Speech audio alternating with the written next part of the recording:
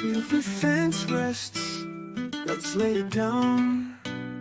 Gonna dig deep, wave that verdict round. The defense rests, time to analyze. With the evidence, we'll unveil the crime. Justice served in an honest fight. True crime tales till the verdict's right. Solving more than just trivial quests, where sentences rule at the defense rests.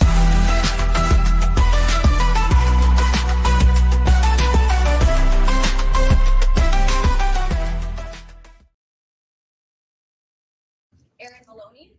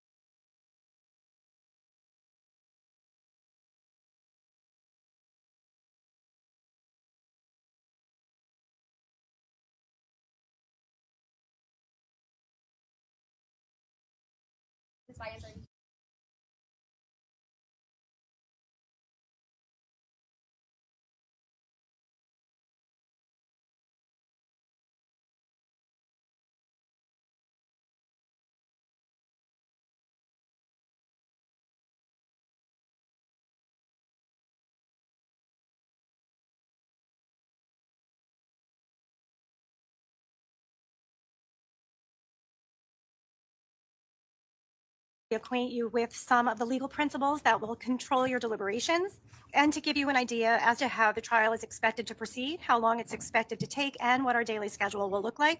You will get detailed instructions of the law at the end of the trial before you begin your deliberations. Now, the instructions that I need to get through at this point in time are written, and I will be losing eye contact with you on occasion, so I do apologize in advance. So this is, as you know, a criminal case. The state has brought charges against Jose Morales as follows. In an amended information here in the Superior Court of the state of Connecticut for the Judicial District of Ansonia and docket ending 660T. Here at Part A on February 2025, Howard S. Stein, Supervisory Assistant State's Attorney, accuses Jose Morales of murder and charges in the first count in the county of New Haven in the city of Ansonia on or about Sunday, December 1st, 2019, between approximately 1:57 a.m. and approximately 6 a.m. at 6.5 Myrtle Avenue within said city, the said Jose Morales, with intent to cause the death of Christine Holloway, did strike Christine Holloway multiple times in the head and torso with an instrument that created several round-shaped marks that measured approximately 1 inch in diameter, severely fracturing her skull and causing other blunt force injuries, which resulted in her death in violation of Section 53A-54A, subsection A of the Connecticut General Statutes. And said attorney for the state further accuses the said Jose Morales in the second count with the crime of tampering with physical evidence and charges that in the county of New Haven in the city of Ansonia on or about Sunday, December 1st, 2019 at approximately 2 a.m. until approximately 1:30 p.m. on Monday, December 2nd, 2019 at 6.5 Myrtle Avenue within said city.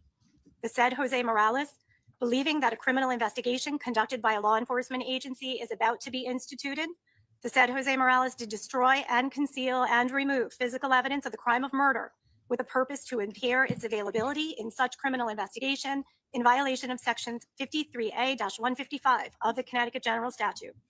This amended information is dated at Milford, Connecticut, the 18th day of February 2025, and signed on behalf of the state by Howard S. Stein, Supervisory Assistant State's Attorney for the Judicial District of Ansonia, Milford. Now, ladies and gentlemen, the information which I have just read is not evidence. It is merely the formal means of bringing a person forward to court for trial on crimes. You must not consider it as any evidence of the guilt of the defendant or draw any inference of guilt because the defendant has been arrested and formally charged with committing crimes. Every defendant in a criminal case is presumed to be innocent, and that presumption of innocence remains with the defendant throughout the trial unless and until the state proves the guilt of the defendant beyond a reasonable doubt. The burden is on the state to prove the defendant guilty beyond a reasonable doubt, and that burden of proof never shifts throughout the trial unless you find at the conclusion of all the evidence that the state has proved beyond a reasonable doubt that the defendant has committed every element of an offense charged. You must find him not guilty of that offense. On the other hand, if you are satisfied that the evidence establishes the guilt of the defendant beyond a reasonable doubt, you should not hesitate to find him guilty.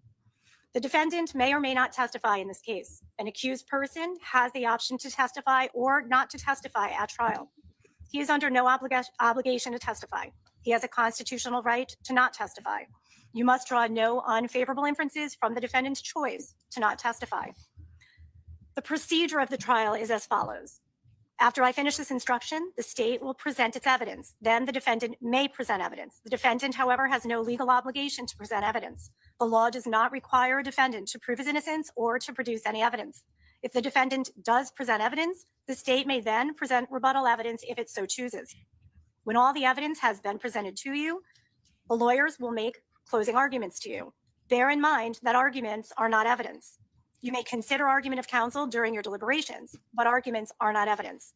Under our rules, the state argues first, then the defendant argues through counsel, and then the state argues a second time.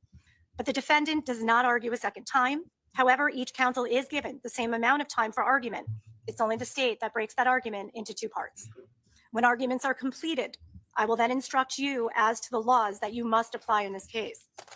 At the conclusion of those instructions, I will then send you to the jury room to begin your deliberations. That is the first time you will discuss this case with anyone. Up until that time, you will not discuss this case with anyone, including each other. Once deliberations start, all deliberations must be conducted in the jury room only when all jurors are present. When you deliberate, you apply the facts that you find to the law as I instruct, and in that way reach a verdict. Your verdict must be unanimous. My responsibility as the judge is to conduct the trial of the case in an orderly, fair, and efficient manner, to rule on questions of law arising during the trial, and to instruct you as to the law that applies to this case. It is your duty to accept the law as I state it to you, whether you agree with it or not. My actions during the trial, in ruling on claims or objections by counsel, in comments to counsel, in questions to witnesses perhaps, or in setting forth the law in the instructions to you, are not to be taken by you as any indication of my opinion as to how you as jurors should decide the facts. If you come to believe during the trial that I have expressed any opinion as to those facts, you should disregard it. As I've told you, my job as judge is to ensure that there is a fair trial here so that you can decide the case. During the course of the trial, I may occasionally ask questions of a witness. Do not assume that I hold any opinion on the matter to which my questions may relate. Remember all times that you as jurors are at liberty to disregard all comments of the court in arriving at your own findings as to the facts in this case. You must not take anything I may say or do during the trial as indicating what I think the evidence is or should be, or what your verdict is or should be. Your function as the jury is to determine the facts. You are the sole and exclusive judges of the facts here, and you alone will determine the weight, the effect, and the value of the evidence, as well as the credibility of the witnesses. You must consider and weigh the testimony of all the witnesses who appear before you, and you alone are to determine whether to believe any witness and the extent to which any witness is to be believed. It is your responsibility to resolve any conflicts in testimony that may arise during the course of the trial and to determine where the truth lies. In the course of evaluating the evidence, you are entitled to draw any and all inferences that you find reasonable and logical from the evidence you hear. You will decide what the facts are from the evidence that will be presented in this courtroom. That evidence will consist of the testimony of witnesses, documents, and other material admitted into evidence as exhibits, and any facts on which the lawyers agree or that I may instruct you to accept. The following are not evidence, and you must not consider them as evidence in deciding the facts of this case. Statements and arguments by the attorneys, questions and objections of the lawyers, and testimony that I instruct you to disregard. There are two kinds of evidence, direct and circumstantial. Direct evidence is testimony by a witness about what that witness personally saw or heard or did. Circumstantial evidence is indirect evidence. That is, it is evidence from which you can infer another fact. As an example, if you wake up in the morning and see that the sidewalk is wet, you may infer that it rained during the night. The wet sidewalk is circumstantial evidence that it rained. Other evidence, however, may provide another explanation for the water on the sidewalk, such as a garden hose that was left on overnight. Therefore, before you decide that a fact has been proved by circumstantial evidence, you must consider all the evidence in the light of reason, experience, and common sense. In deciding this case, you may consider both direct and circumstantial evidence. The law permits you to give equal weight to both, but again, it is for you to decide how much weight to give any evidence. Some evidence may be admitted for a limited purpose. When I instruct you that a piece of evidence has been admitted for a limited purpose, you must consider it only for that purpose and none other. In deciding the facts of this case, you are the sole judges of the credibility of the witnesses. You will have to decide which witnesses to believe and which witnesses not to believe. You may believe everything a witness says or only part of it or none of it. However, every witness starts on an equal basis. You are to listen to all of them with an open mind and judge all of them by the same standards. Police will be testifying in this case. You must determine the credibility of police officials in the same way and by the same standards as you would evaluate the testimony of any other witness. The testimony of a police official is entitled to no special or exclusive weight merely because it comes from a police official. You should recall his or her demeanor on the stand and manner of testifying and weigh and balance it just as carefully as you would the testimony of any other witness.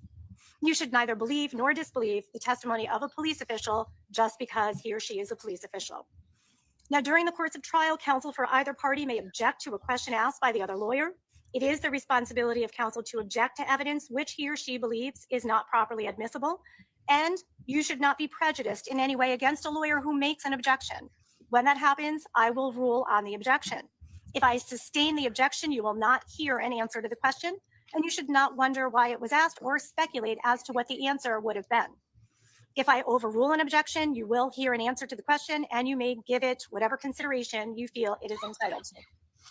There may be times when counsel or the court may ask you to be excused during arguments or objections. Those arguments often include matters of evidence that the court may eventually exclude. The reason that I ask you to step out is to assure that you will not hear evidence that is not properly admissible and not to keep you from evidence that you should in fact hear. Now, a few moments ago, you took an oath that will govern your conduct as jurors between the time you took that oath and the time that you are discharged by me after you have reached a verdict in this case. That oath and the rules of court obligate you to do certain things and to avoid other things, and I want to review some of those obligations with you. First, you must decide this case based only on the evidence presented here in the court and on the law as I explain that law to you. Second, do not make up your minds about what your verdict will be until you have heard all the evidence, heard closing arguments of the attorneys, and my instructions on the law, and after that, you and your fellow jurors have discussed the evidence. Keep an open mind until that time.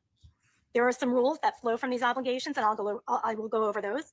You may not perform any investigations or research or experiments of any kind, either on your own or individually as a group.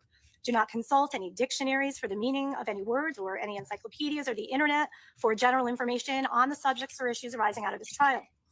Do not look up anything online concerning information about this case or any of the people involved in it or any of the locations that are discussed during the evidence. That includes the defendant, the witnesses, the lawyers, and of course myself as the judge. Do not get copies of any statutes that may be referred to in court or that you heard the court refer to while reading the amended information. Do not go to any scenes where any of the events that are the subject of this trial took place or use any device such as internet maps or Google Earth or any other program to search for or view any of the places discussed in this trial. You may ask yourself why, because parties have a right to have the case decided based only on the evidence they know about and that which has been introduced here in court. If you do some research or investigation or experiment that we don't know about, then your verdict may be influenced by information that has not been tested by the oath to tell the truth or by way of cross-examination. The same thing is true of any media reports you may come across about this case or anybody connected with the case. If you do come across any reports in newspapers, magazines, on TV, or any internet sites, you may not read it, watch it, or listen to it because it may refer to information not produced here in the courtroom and may contain inaccurate information. You may not discuss this case with anyone, including each other, until the case is over and you've been discharged by the court. Anyone else does include members of your family, your friends, your coworkers, etc. If you wish, you may tell them, obviously, that you are serving as a juror and the expected length of time that you are commanded to be here. But you may not tell them anything else about the case until it is over and I have discharged you.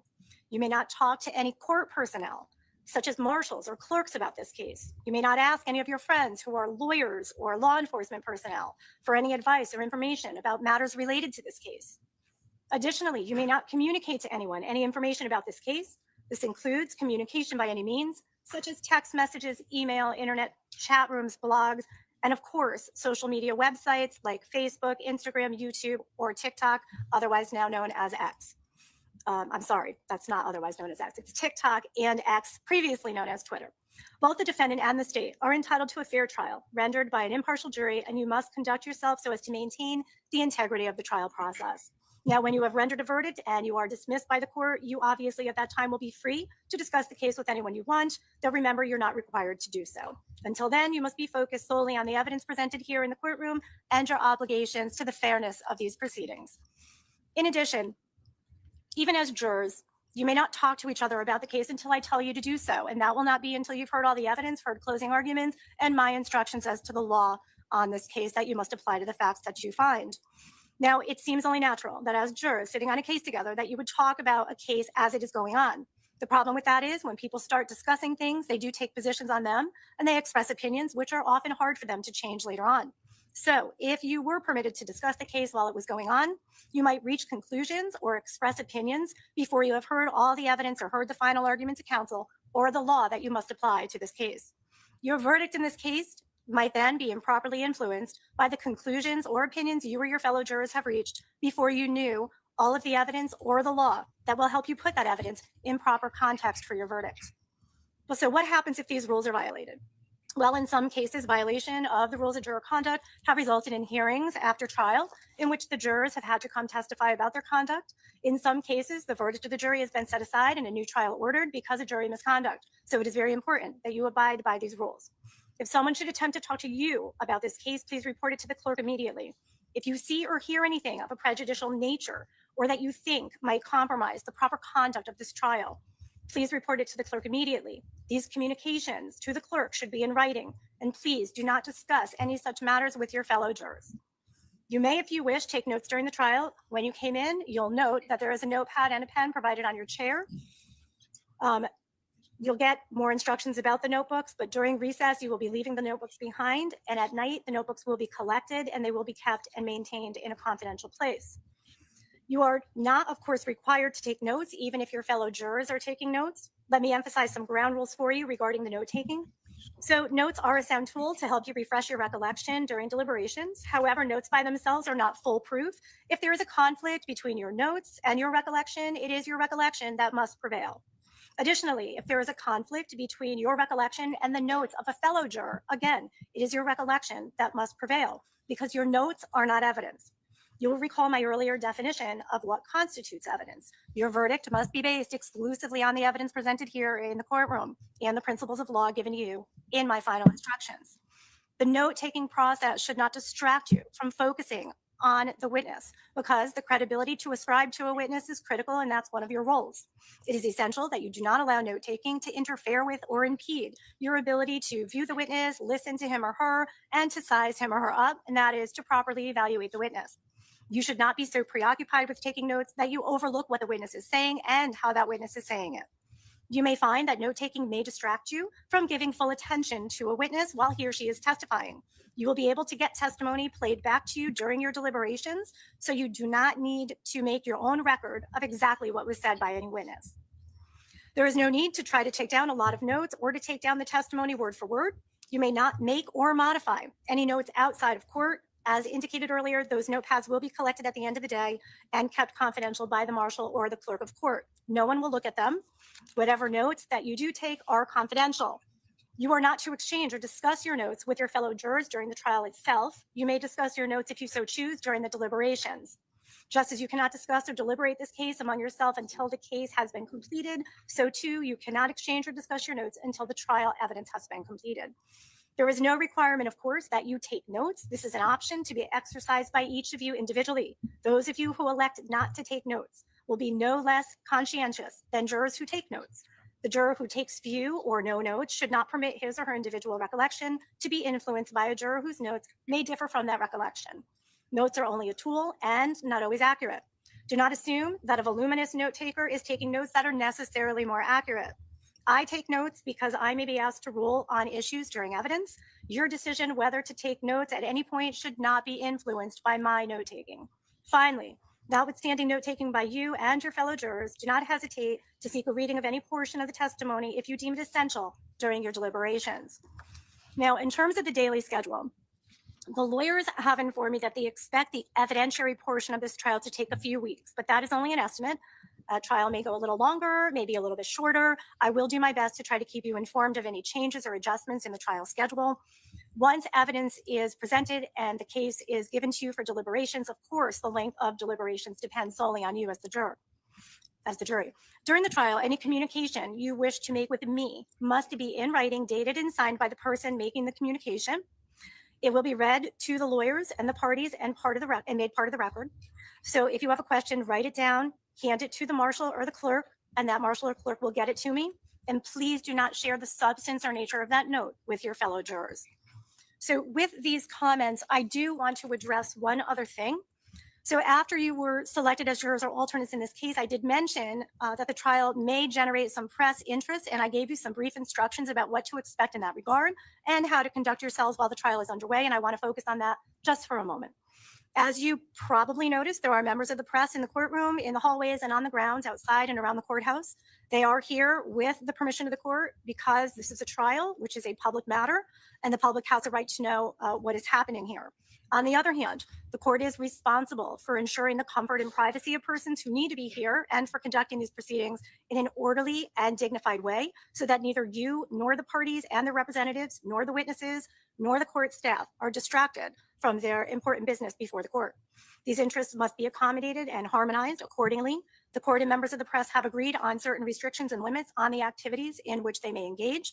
First, members of the press may not approach jurors, alternates, witnesses, or attorneys in this case, or court staff for questioning or interviews prior to the conclusion of the proceedings here, in the courthouse, on its grounds, or elsewhere. Jurors and alternates shall not discuss any aspect of this case with anyone while it's pending. I've gone over that numerous times. Members of the press shall not take or make photographs or video of any jurors or alternates, either inside or outside this courthouse. There is a camera here in the courtroom, but neither that camera or any other camera which may or may not come into the courtroom will be allowed to capture images of the jury, so either as a group or individually. So I wanted to put you at ease relative to that. If jurors, alternates, or any court staff become aware of the violation of these rules, please report that to the marshal immediately so the court can address it. Finally, and I can't impress this upon you enough, I can't stop you from engaging in your usual activities when you leave court for the day and you go home. But I do want to remind jurors and alternate jurors that you should carefully avoid viewing press coverage of these proceedings while the trial is pending. As I have told you repeatedly, it is critical that all of you know about this case information that has only been presented here in the courtroom by both sides, because you need to deliberate based solely on that information. All right. So with that, I am going to ask counsel if they need to address the court outside the presence of the jury before we commence regarding the court's introduction to the jury. No, Your Honor. Not from the state, Your Honor. All right, very good. Well, is the state prepared to call its first witness? State is, Your Honor. You may go ahead. Thank you, Your Honor. Thank you. State of Connecticut would call Rosie Jones Clark to the stand.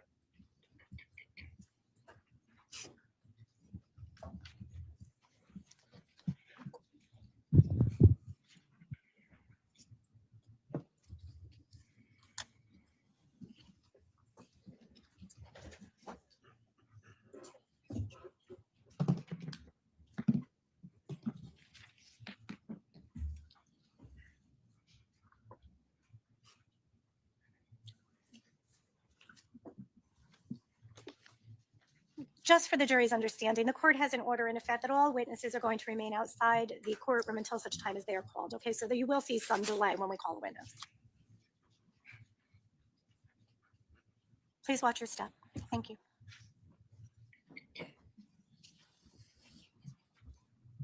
Think if you could please remain standing. Madam Clerk is going to put you to oath. Please raise your right hand. Do you solemnly swear, solemnly and sincerely affirm, as the case may be, that the evidence you shall give in this case shall be the truth, the whole truth, and nothing but the truth, so help you God, or not guilty of perjury? Yes, I agree with what you're saying. Please state your full name, spell your last name, and please state your business address for the record, please. Full name is Rosie Jones Clark. It's spelled J-O-N as in Nancy, E-S hyphen Clark, C-L-A-R-K-E. Business name, Get Smart Investors, but it used to be Bright Morning Star Daycare. And your business address?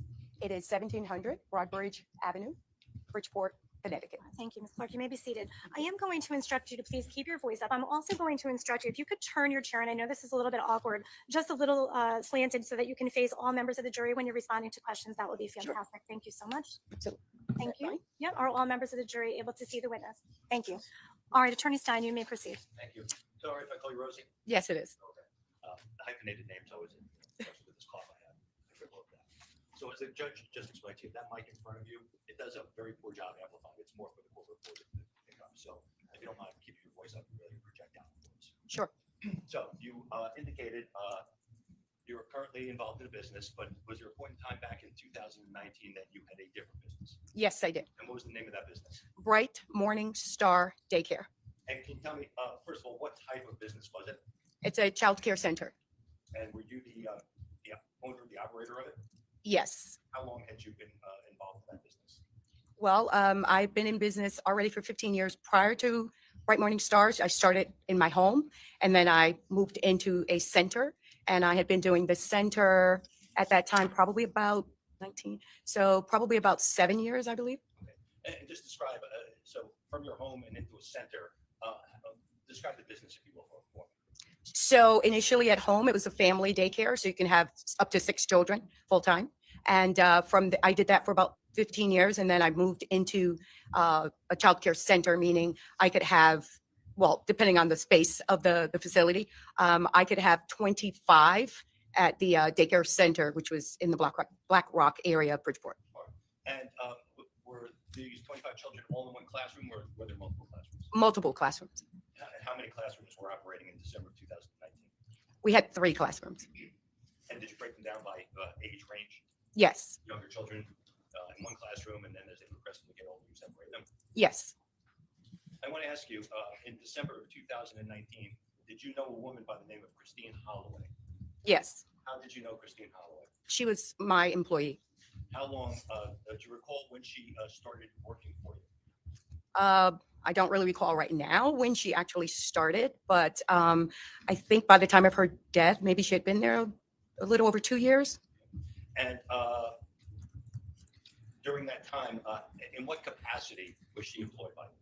She was a lead teacher, which means that she was in charge of the infant room, which went from children that were 6 weeks old up to about 14, 15 months old. So as a lead teacher, tell us a little bit about what her responsibilities were as a lead teacher. Sure.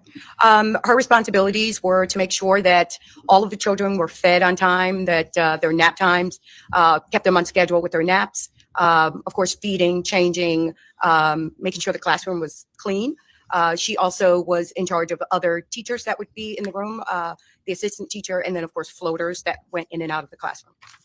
And so, and how was she as an employee in that capacity? Christina was actually an excellent employee. She was always on time. She did all the things that she needed to do. She worked well with others. I never had any problems with her as far as being a team player, working with others, and just being able to do her job. Did you know her at all in any type of a personal capacity? Other than just, from time to time, I take all of the staff out, like for dinners, or we'd all just we have staff meetings that we do. Nothing personal outside of work, more than that. That's about it. Could you just describe her generally, her temperament, her personality? So she was, I don't know, I guess I'd probably say she was simply quiet. By that I mean she was pretty simplistic. She didn't require a whole lot. She was always the same Christine, very consistent, always on time.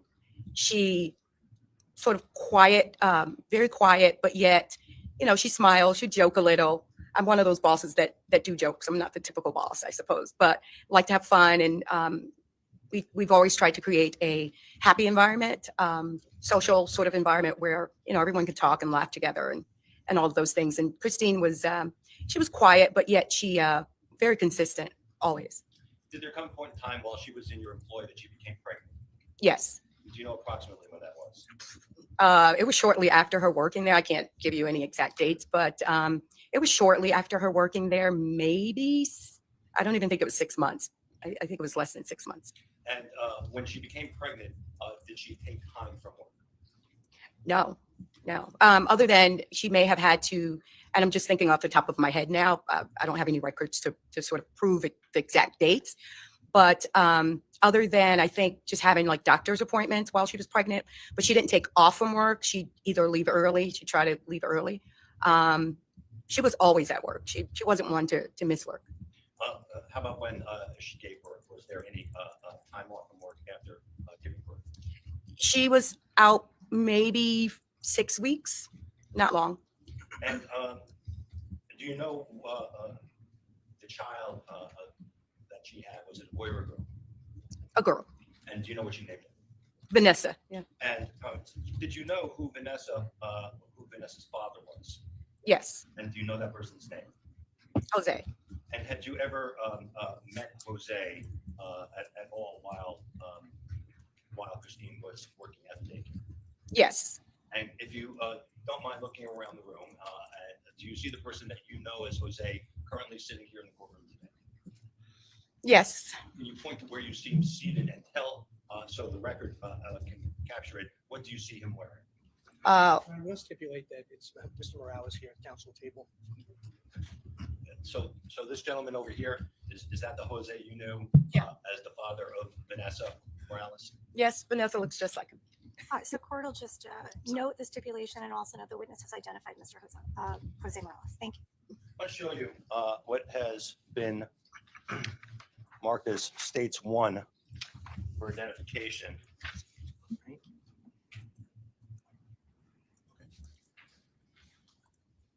My question, Yes. can you tell me whether you recognize who these people are? Yes, Who do you recognize these people to be?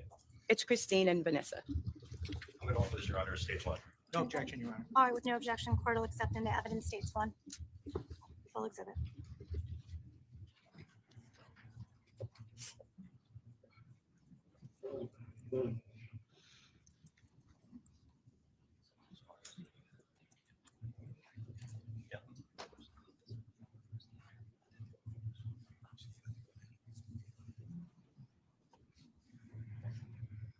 Ms. Clark, showing you what's been marked States 1 now as a full exhibit. Obviously, the adult that's on the right side of the image, is that Christine Holloway? Yes, And the child in the umbrella stroller, is that Vanessa Morales? that's baby Vanessa. And is it fair to say there's pumpkins in the background, so this would be about Halloween time of approximately 2019? Yes,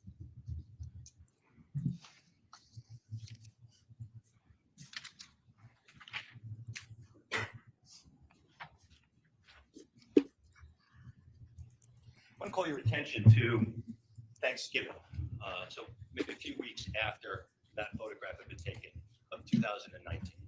Do you recall, I believe it was Wednesday, November 27th, just before Thanksgiving, was Christine at work that day? I'm sorry, could you repeat the question? The Wednesday just before Thanksgiving, was Christine at work that day? Yes, And after Vanessa was born and while Christine was at work, do you know what happened to Vanessa? Where would Vanessa be while Christine was working? she was at the daycare as well.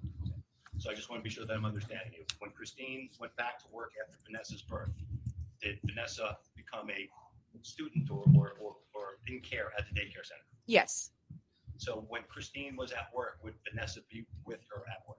yes, And was it always like that? Was baby Vanessa always with Christine? yeah. Baby Vanessa was in her mom's classroom in the infant room. So shortly before Thanksgiving, do you recall on the Wednesday before Thanksgiving whether Christine worked and whether she left early that day? She left early. And was there a procedure in place at Bright Star if an employee wanted some time off? Was there a procedure that they had to apply or give you notice of their intent to take time off? Yes, we required at least 10 days if possible. If they needed some time off, that they would fill out a request form. May I push witness, Your Honor? You may thank you. Showing you what's been marked States 2, can you tell me whether you can identify generally what this is? Yes, that's our Bright Morning Stars form for request time off. And does it appear to be the form that Christina Holloway would have filled out? Yes, Just 1 second, please, Your Honor. Of course.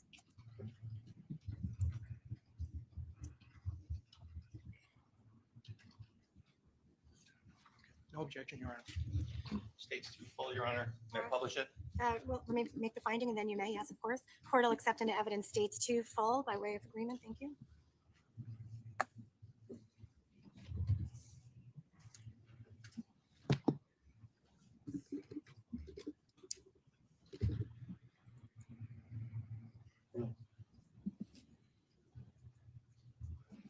Your Honor, if I could just inquire, is the number 68 on the form? I'm not sure what the relevance of that is. And that'll come in through a subsequent page. Okay. Now, Ms. Clark, Rosie, are you able to see what's on the monitor here? Yes. And does it appear top of the form that it pertains to Christine H? Yes. And this top line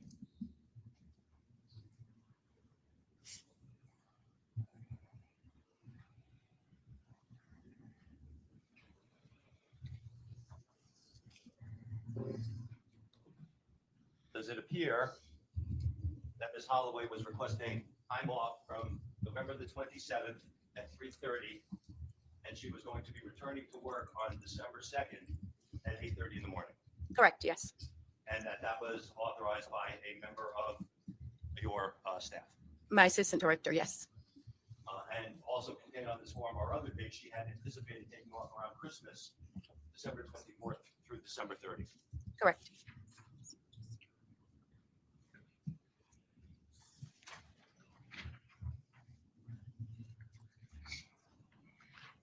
So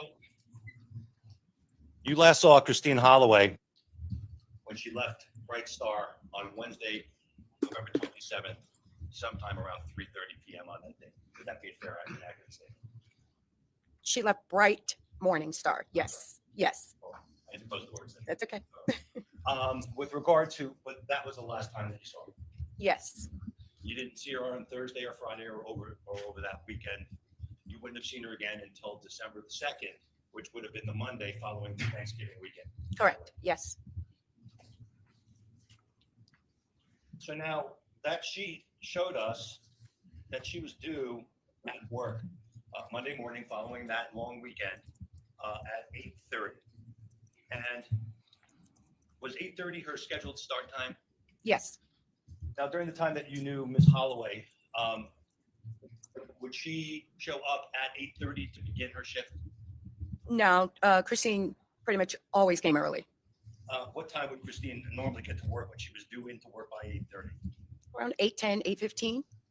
And when she arrived, at least after Vanessa had been born, would Vanessa be with her? Yes.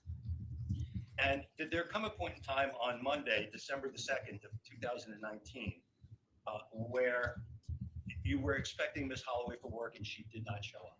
Yes. And do you recall at what point did you sort of become aware that Christine had not shown up for work yet? It was probably about 20 after 8 or so. And my assistant director said she was in the classroom and Calls for hearsay. I don't Oh. claim it's right, but with regard to, based upon what this person told you, what, if anything, did you do? I'm so sorry. Repeat that for me. Sure. Based upon what your assistant told you, what did you do? Well, we started making calls to Christine to see where she was. And Let's take one step at a time. So, Sure. So did you or other people at bright morning start making phone calls? yes, Did you call Christine Holloway? yes, Did you? So you had a telephone number for her. yes, Were you able to reach her? no. Do you know if any of other employees made similar attempts to reach her? My assistant director, yes. And was she able to reach her? No. Now, at what point in time, I mean, so now you have an employee who didn't show up for work, a team leader, I think, or head teacher, as you described. What steps did you take after that? We began to call at some point family members that were listed on her paperwork. Okay. Did you have to do things with regard to the activities in her room before you started to make those calls? Well, my assistant director was in the classroom, had to take over for her. So you put somebody in to start running Christine's classroom. Correct. Now, were you What was in your mind at this point in time with regard to the fact that it's after 9 now and Christine hasn't shown up? And what were you thinking? Well, even before 9, I mean, I was concerned because it wasn't like her. She was always consistent, always on time or before time. And so I was just hoping nothing had happened to her.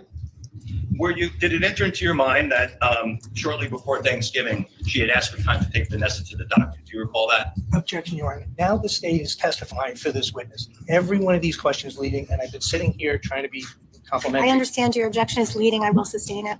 With regard to just before the Thanksgiving break, did you make any observations with regard to Vanessa Morales' health? Vanessa had been sick. I don't recall exactly what was wrong with her at the time now, but she had been sick prior to the holiday. Christine asking for time off to take her to a doctor. Objection to the following I think question. it's a call for yes or no. Well, that's why it's leading. It's sustained. Did Christine take any time off with regard to a doctor's appointment for Vanessa? Honestly, I can't recall now. She may have, but I don't recall. So after you arranged coverage for Christine's classroom, what steps did you take to try to locate Christine Holloway? Well, initially calling just the people that she had listed as emergency contacts to try and figure out what was, where she was, or making sure she was okay. And then after which I didn't get any callbacks from the people that we had called on her list. So I called the Ansonia Police Department. Okay. So I just want to be sure I'm understanding.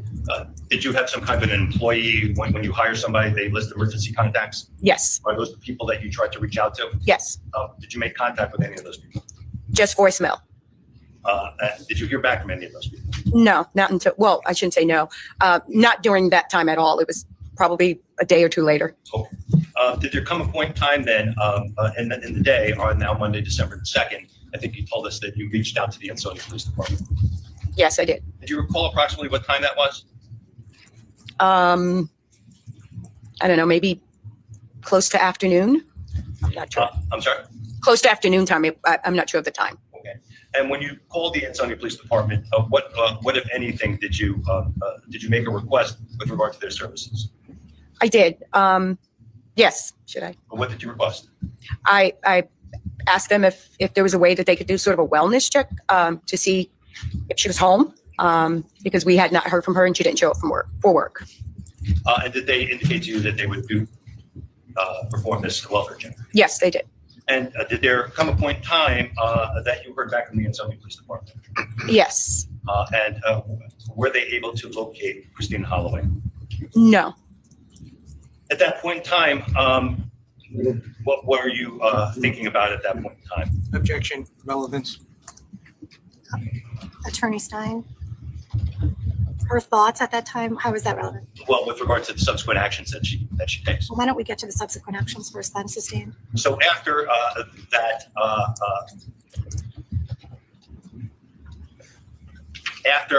that return phone call from Ansonia Police, did you reach out to or attempt to reach out to Christine or to anybody else in any other way? My assistant and I, we tried to contact, I'm sorry. Witness could just testify to what she did and not what her assistant did, please. Unless she has knowledge of it, if she was there. Hold on a moment. Let's start again. The question was, did you reach out? That basically is a yes or no. So why don't we start there? I'm going to strike any answer and we'll get an answer to the question. So did you reach out to anyone else was the question? Although Yes. there's more information in the question. But, all right, so the answer is yes. Your follow-up, Attorney Stein? And how did you reach out? Facebook. Did you message Christine Holloway? I don't think I messaged Christine, Who did you message? Mr. Morales. Did you ever receive a response to that message? No. Did there come a point in time that you found out what happened to Christine Holloway Objection, Your Honor, relevance. What is the relevance, Attorney Stein? with regard to providing a statement to the police? Well, at this point in time, what she found out would call for hearsay, I'm assuming. Why don't we move into the statement and get into that part first? At some point in time, did you become aware that Christine Holloway had been found dead? Yes. And did the police ask you to give a statement, amongst other things, where Vanessa Morales could possibly be? Yes. And did you provide them with any information? I mean, I didn't know where Vanessa could be, so I said, no, I didn't know. Did you indicate where Vanessa Morales normally is? Yes, And what was your answer? she's normally with her mom. I have nothing further. Your Honor. Okay, Attorney Gavin, any cross-examination? Thank you. Hi, Judge Clark. How are you? Good, thank you. Thanks for being here with us. My name's Ed Gavin. I just have a few questions for you Sure. as well, okay? Mhm. I'm not trying to confuse you. If you don't understand anything, just let me know. I will. All right? So, is Morning Star Daycare still in existence now? Bright Morning Star, no. No, it's not in existence anymore. Well, I still own the business name, but I do not run the business anymore. Okay. And just, I know that Attorney Stein had asked you regarding Christine. How long had she worked there prior to Thanksgiving in 2019? Again, I want to say maybe 2.5 years. I don't know exactly. So we know that she was employed prior to her pregnancy. Is that correct? Yes, And then she became pregnant, correct? yes, Right, and had Vanessa. yes, Okay. And then she took some time off, as anybody would do after birth, and she came back to work. yes, And was it part and parcel of her compensation package that she could bring young Vanessa with her to work? yes, Right. That was not a temporary situation. That was a permanent situation. Is that correct? yes, And then I think you said that she was expected to be at work at about 8:30 on Monday morning. Is that correct? yes, Her practice and her habit was to get there early. yes, Right? She was a responsible person. Right? absolutely. Yeah. Okay. Great. And the room that she was responsible for, the infant room, how many children were in the infant room? Approximately. I don't Yeah, I was going to say it varies because kids come and go sometimes, but I don't know exactly back then how many kids were there. But It's okay. yeah, I couldn't tell you exactly how many kids were there. And sometimes kids get sick and don't show up. That happens. Right? Yes, Sometimes they're on vacation visiting grandma and grandpa. Right. So they don't show up. yes, Yeah. So, and if I understand you correctly, so in this room, no matter how many students were there, the youngsters, Vanessa would have been part and parcel of the population in the infant room. So no, Vanessa had just been moved to our toddler room. So we go up to about once they turn about 14 months, Okay. Vanessa would have been in our toddler room at that time. Okay. And so if I understand you correctly, back in the Thanksgiving timeframe in 2019, Vanessa wasn't in the infant room. She had gone to the toddler room. Correct. And some other employee would have been responsible for the toddler room. Yes, Is that correct? Correct. Yeah. Okay. So Christine wasn't with Vanessa all the time because she was still in the infant room. yeah, kind of. So we have low-bearing walls that separated the rooms. However, so Christina could see her, she could see Christina. Still, yeah, They were in close proximity to one very much so. Okay, gotcha. Now, I want to take you to Monday, December 2nd. Okay, this is the operative day that Christine didn't show up for. Yes. Okay, so we're just going to talk about that day. I have all the police reports and I have all the cell phone records as well. And I just want to see if it's consistent with your recollection in regard to what happened. The first thing is the police reports indicate that you had contacted the Ansonia Police Department for a a wellness check at about 12:52 p.m. Is that consistent with your recollection? Honestly, I don't remember exact time, but I did call them, yes. Sure. Just so we're clear, so you didn't call the Ansonia Police Department when she was 15 minutes or a half hour, Oh, no. an hour late, right? No. You let some time go by. And the records indicate that there were a number of phone calls to Christine's cell phone. Is that consistent with your recollection? Could you repeat that question for me? Sure. The cell phone records show that there were a number of phone calls to Christine's cell phone on the morning of Monday, December 2nd. I wouldn't know how many phone calls. Or in general? So you're seeking clarification? Sure. So it would call for speculation, Attorney Gavin, I'll related to refer other phone calls coming Sure. in? Sure. I believe you testified that you had called Christine's cell phone. Is that correct? Yes, Okay. And the records indicate that there were a whole number of phone calls, and were some of them made by you and some of them perhaps made by your assistant? possibly. Okay. Well, I don't want to confuse you here. Let me go through what the phone records indicate. Sure. Would you tell me whether or not you recall whether or not you would have made a phone call to Christine's cell phone? Okay. All right. Objection, I Your could Honor. try. Discovery from document, not in evidence. I'm not reading from a document. So, look, to the extent that we're talking about a record that contains phone calls, Attorney Gavin, it would be a document, not in evidence. If you'd like to question her relevant to independent recollection or Okay. independent knowledge, that's fine. Thank you. Okay. Do you recall if you called Christine's cell phone at 8:43 in the morning on Monday, December 2nd, which would have been about 15 minutes after school had started? I can't recall the exact time, but I would have called her earlier that morning, yes, when she didn't show up. Well, let me do it the easy way. Okay. It's 5 years ago, and I know you don't know the exact times. Were there multiple phone calls to Christine's phone? I'm sure we made several calls, yeah. And just so the record's clear, you personally made calls, and when you say we, is that referring to your assistant? Correct. Okay, and what's your assistant's name? Michelle Martin.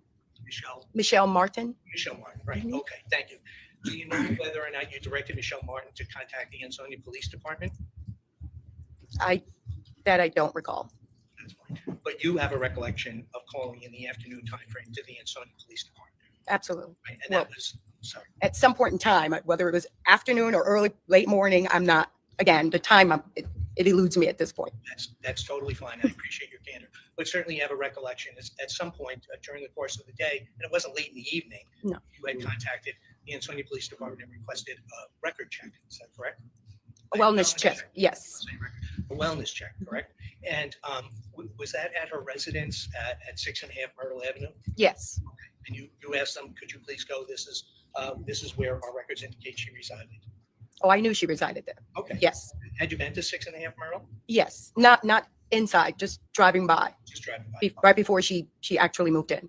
Right before she moved in. Okay, well, that was nice of you to go ahead and do that. So you called the Ansonia Police Department, requested the wellness check, and did they contact you back after that? Yes, I asked them if they could call me back. And did they do that? They did. That's great. Okay. But you didn't go up to 6.5 Myrtle on Monday, December 2nd, 2019. No. Thank you very much for your time. I have no other questions. Thank you, Attorney Gavin. Attorney Stein, any redirect?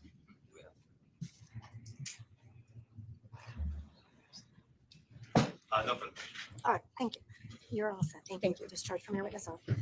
I think this is a good time to take the morning break for the jury. Let the jury stand. I'll give everyone a break. Court is going to stand in recess for 15 minutes.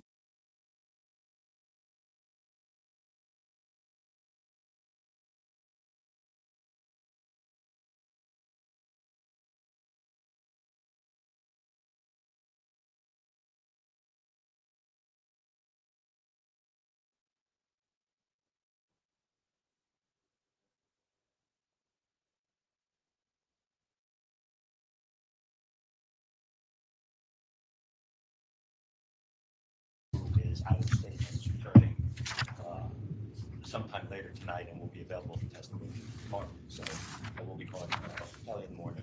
And to that extent, some of this information is obviously going to be dependent on his subsequent testimony.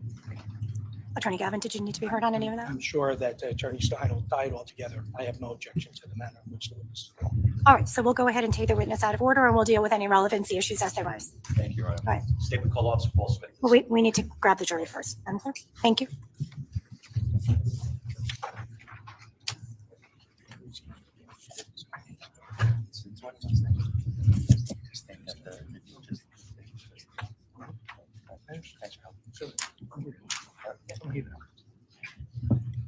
I'm just going to ask you to stop there for a moment. We're just going to bring the jury in, okay? Thank you.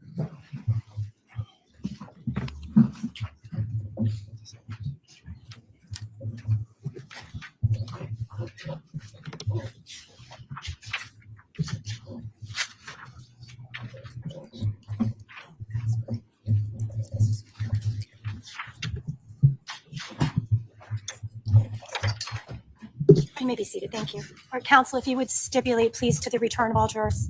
So Yes, Your Honor. stipulated. All right, thank you so much. All right, if the state would call its next witness. Officer Paul Smith. Thank you. Come on up. So I am going to ask you to enter the witness box and please remain standing. Madam Clerk is going to place you under oath. Thank you. Please raise your right hand. You do solemnly swear, solemnly and sincerely affirm, as the case may be, that the evidence you shall give concerning this case shall be the truth, the whole truth, and nothing but the truth, so help you God, or not guilty of perjury. Please state your full name, spell your last name, and state your badge number for the record, please. Officer Paul Smith, SMITH, badge number 39. Okay, thank you. You may be seated. Thank you.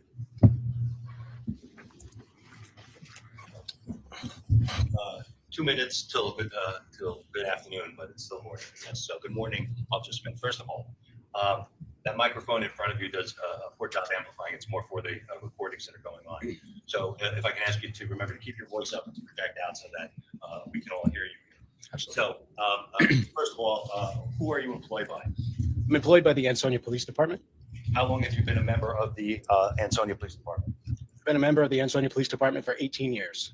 And can you tell us a little bit about your background, your training, and your experience as an Ansonia police officer? I was hired by the Ansonia Police Department in 2017. I completed and graduated from the Connecticut Police Academy in 2007. Sorry. I worked patrol for about 7.5 years, at which time I became the canine handler for Ansonia Police Department. I did that job from 2015 to the end of 2024. I am trained in patrol, narcotics, and handling of the canine. I went to a 13-month training with the dog for that. All right. So first of all, would you like some water? Do you need Sure, please. Yes. Just wanted to clarify. I believe you said you were a police officer for 17 or 18 years. 18 years, I'm sorry, yes. And I'm not great at math, which is why I became a lawyer. But I know. You started to say you became a cop in 2017. No, 2007, I'm sorry. I had the So 2007. 2007. Correct. I finished the academy in 2007, where I went on patrol.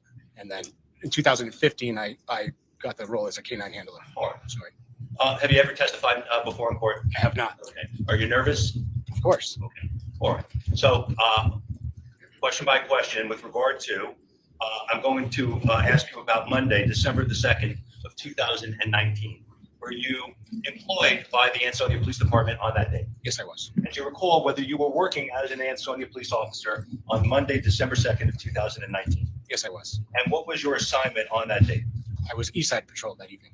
And can you explain just generally what does being on the East Side Patrol, what does that mean? We have 4 different sectors in our city. We have North End Patrol, which covers the North End section.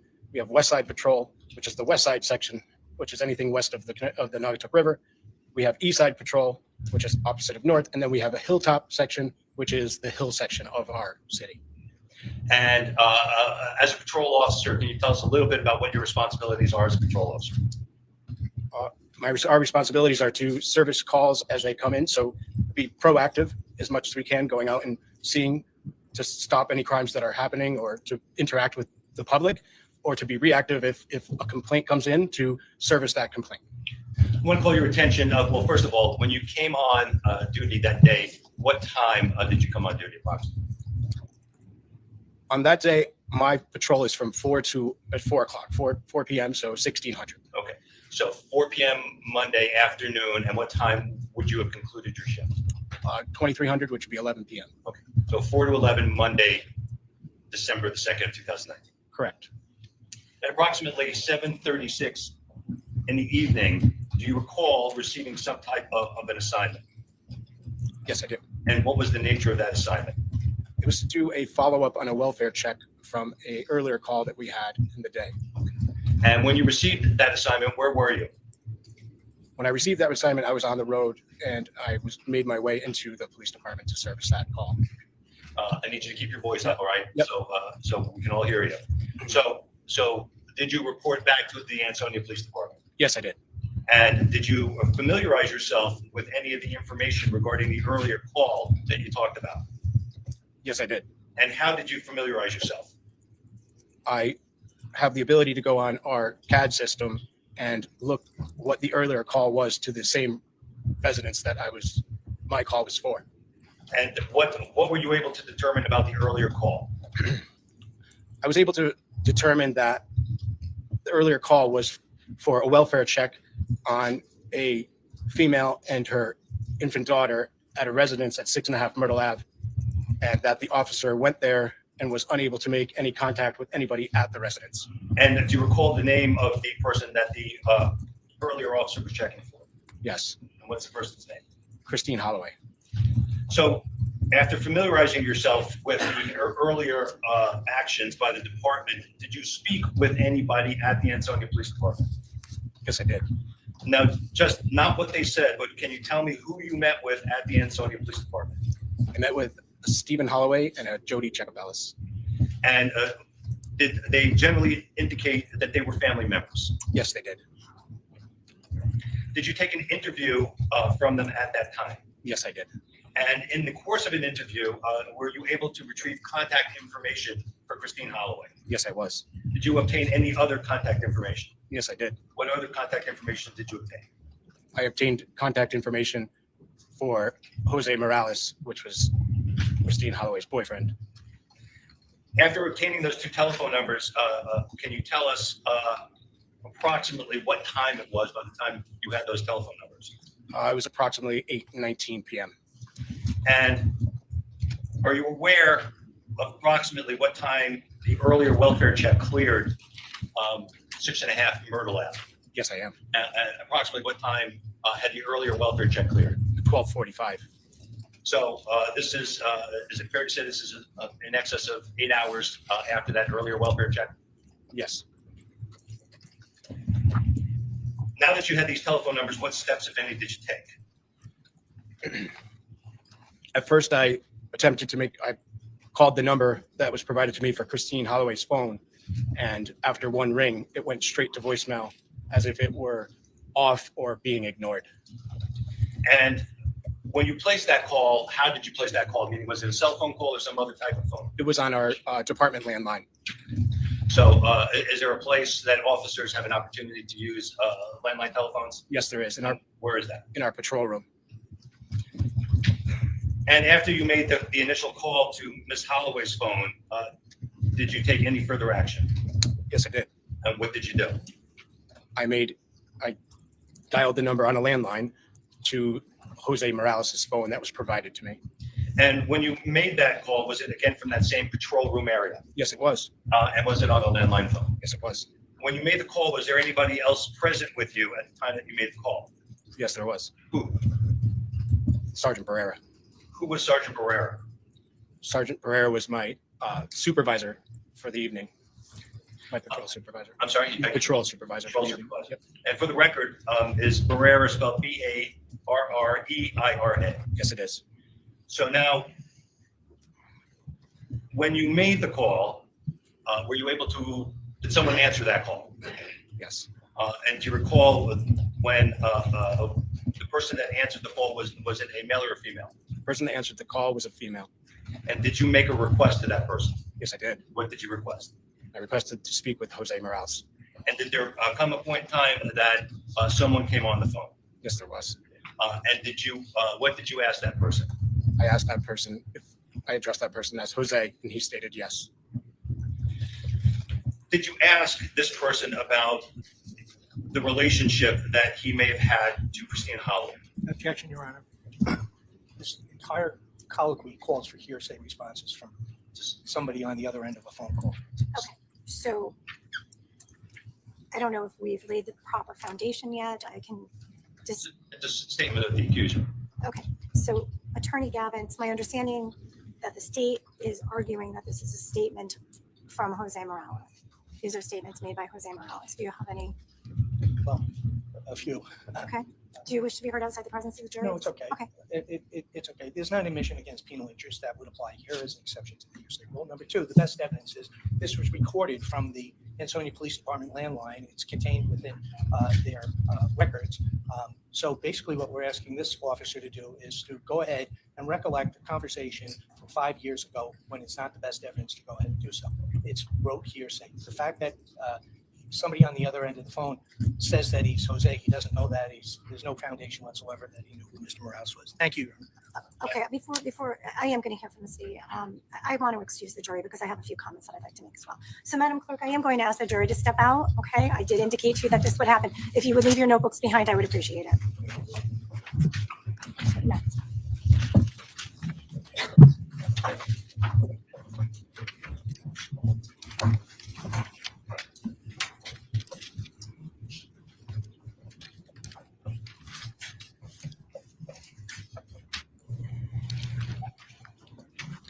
So I will hear from the state, but before I do that, and I'll just note for the record that the jury is not here.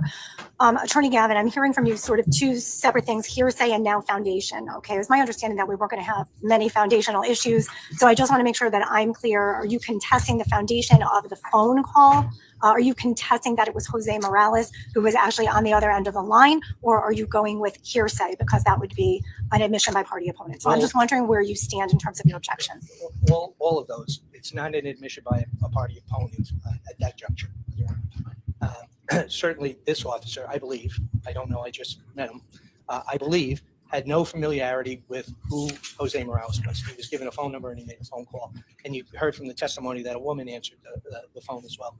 So I think that it's inappropriate for the state to go ahead and question this officer in regard to what the unidentified person on the other end of the phone says. I think that's right hearsay. Thank you. Okay, so again, you're claiming hearsay, but I also hear that you're claiming foundation. If your argument is that there is a lack of foundation, that the person on the other end of the phone was in fact the defendant, that's one thing. Yeah, I am. Okay, so I will hear the state on that. As far as hearsay, I won't even get there until I get the foundation on the identification of the person on the other side. Attorney Stein? Yes, Your Honor. So far as foundation is concerned, the officers testified that the telephone numbers were provided to him by family members who had indicated that this number belonged to Christine Holloway's boyfriend, Jose Morales. To that extent, then the questions that the Officer Smith and then subsequently Sergeant Barrera, who participated in the telephone call, beyond asking him, is this Jose, where he answers in the affirmative, then there is a series of questions that are extremely detailed and personal to the relationship involving Christine Holloway, Vanessa Morales, Jose Morales, and all those matters where any reasonable inference can be drawn that this is Jose Morales, the boyfriend of Christine Holloway, and so I would claim that the foundation is based in the call itself. All right, so Attorney Gavin, I am going to ask for a proffer, in other words, a colloquy between the state and the witness to develop and lay that foundation outside of the jury's presence. If you continue with your objection, if you'd like to withdraw your objection, you can do that as well. I'm sure you're familiar with the contents of that alleged phone call. How do you wish to proceed? How do you wish to proceed? Are you sticking with your objection? I'm sticking with the objection, but Judge, here's my issue. If this gentleman is going to be asked, what did the respondent on the phone call say? That is A, without foundation, B, hearsay, and certainly not the best evidence, not a recollection from 5 years ago. So if the intention is, I made a phone call, somebody identified themselves as Jose, and this is what I did as a consequence of that, I think that's completely permissible. But not to go ahead and go through a rote recitation of a conversation as he recalls it from 5 years ago. I certainly appreciate Attorney Gavin trying to steer me towards the best evidence. And in time, I believe that tape will come in. But I do not believe that I concluded from asking preliminary questions to otherwise alert the triers of fact to what they should be listening for in a conversation that takes several minutes. So I do not believe that I'm precluded from doing that. All right, so I'll hear your exception to the hearsay after you lay the proper foundation outside of the jury with this witness, so as to not prejudice the witness. Why don't you go ahead, Attorney Stein? Officer Smith, did in the course of the telephone call, did you ask the male speaker? Well, which one? When the person that answered the phone was a female voice. Correct. Did you ask to speak with Jose? Yes, I did. In a short period of time, did a male voice come on the phone? Yes. Did you ask them if this was Jose? Yes, I did. And did the person respond? Yes, they did. And what did they say? He said yes. Did at some point in time in the conversation, did you bring up the names Stephen Holloway, Jody Jacobellis, and Christine Holloway? Yes, I did. And did the person on the other end of the phone indicate that he knew who those people were? Yes. During the course of the telephone conversation, did you bring up, or Sergeant Barrera bring up, a child by the name of Vanessa? Yes. And asking if he was the father of Vanessa? Yes. Did you ask this individual, and did the individual respond to those questions? Yes. And what was his answer? His girlfriend and his daughter. Did you ask him about his interactions with them, such as when he last saw them and where he last saw them? Yes. Did you ask him about locations such as Myrtle Avenue in the city of Ansonia? Yes. Did he indicate that he was familiar with Myrtle Avenue in Ansonia? Yes. At any point in time in the course of the conversation that you had with this individual, was there any indication that this individual did not seem to know what you were talking about? No objection, close for speculation. All right, that's fine. I'll sustain the objection, but are you done, Attorney Stein? Yes, Your Honor. All right, Attorney Gavin, did you want to ask any questions? Nothing to add, Your Honor. All right, so relative to all the facts that this particular witness testified to in response to those questions, which appear to be personal in nature and allude to the knowledge of certain family members, including the daughter, in conjunction with the fact that this phone number was provided by a family member to the police department, and that this number was answered, and that the individual not only had facts indicative of knowledge of personal information concerning family matters, the person also identified himself as, yes, this is Jose. The court will go ahead and find that the proper foundation has been established regarding the person on the other phone as being that of the defendant. Additionally, this is a statement. These are statements that were made by a party opponent, and they fit within the hearsay exception. So I would be inclined to allow the continued questioning relative to this particular conversation. I did consider your best evidence rule argument, Attorney Gavin, but in weighing that this is an officer who was investigating a matter at that point in time, he's testifying based off of his own recollection as to statements made to him by the defendant, and any inconsistencies or et cetera with that recollection can be raised on cross-examination, and you in fact could perhaps utilize that recorded phone call at the appropriate time to do that. So, or raise those inconsistencies with that recorded phone call if and when it is entered into evidence. Is there anything further?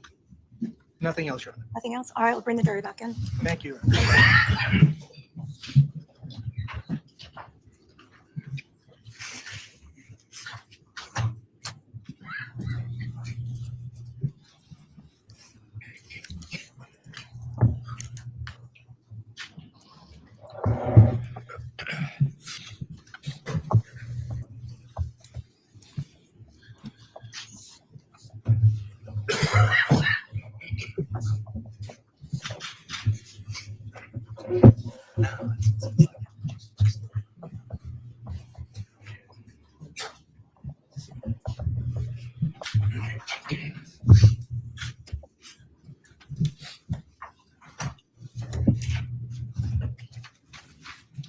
Thank you, ladies and gentlemen. You may be seated. Before we continue, ladies and gentlemen, you heard an objection. I did ask you to leave for the reasons I indicated in my earlier instructions to you when we first started this trial. I will note that the objection's been overruled. However, I do want to remind you before we proceed that it is the attorney's job to make objections, and that you are not to hold it against any attorneys or either party when the attorneys do in fact make these objections. All right, so you will hear the answer to the question. Thank you. Stipulate to the presence of the jury, Your Honor. Thank you. Court will note all jurors are here. May I continue, Your Honor? You may. Thank you. Officer Smith, just before the short break there, I was asking you questions with regard to the telephone call. So backing up, you placed a telephone call to a number that had been provided to you. Is that where we left off? Correct. And who did you ask for? Jose Morales. And did a person come on the phone and a male voice come on the phone? Yes. And did that person, when you asked if this was Jose or Jose Morales, what was their response? Objection to the form of the question. He's testified that he asked for Jose. There's been no evidence introduced that he asked for Jose Morales. Okay, so I'll sustain the objection. I believe that that was a prior question, but perhaps we could just ask the question again and not characterize the question as prior testimony so that we can avoid a review of the record. Who did you ask? Jose. And did there come a point in time that a male voice appeared on the phone? Yes. And is that the person you asked, or who did you, when the male voice came on the phone, what did you ask the male voice? I addressed him as Jose, and he said yes. And did you begin to ask him questions with regard to the investigation that you were conducting? Yes. And was Sergeant Barrera present while you were asking these questions? Yes. Did you ask him about Christine Holloway? Yes. And do you recall what his response was? Same objection. So noted. Do you recall what his response was? Yes. What was his response? That it was his girlfriend. You need to keep your voice up, please. Sorry. Judge, we cannot hear. All right, so I'm just going to ask Yep, you, yep. please keep your voice up. Yes, if you move a little closer to the microphone. Thank you. Is it fair to say you asked him any questions during this interview? Yes. Did you ask him when he last saw Christine Holloway? Objection, Your Honor. Leading. Sustained. what other questions did you ask Mr. Morales on the phone? When's the last time you spoke to them? When's the last time you saw them? Okay, and what was his response to that? He stated that he saw them this morning prior to Christine Holloway going to work. Okay. Now, when you say this morning, what day are we referring to? The morning of December 2nd. Did you ask anything about any automobiles? Yes, I did. What did you ask? I asked what kind of automobile she had. And what was his response? He said that she had a 2002 Mazda Protege color gold. And at that point in time, did you ask him about any other cars? Yes, I did. And why did you ask about another car? Because I had a DMV collect printout of cars registered to Christine Holloway, and a gold 2002 Mazda Protege was not on there. What did Christine Holloway have a car registered to her? She did. What kind of a car was it? A 2017 black Ford Focus.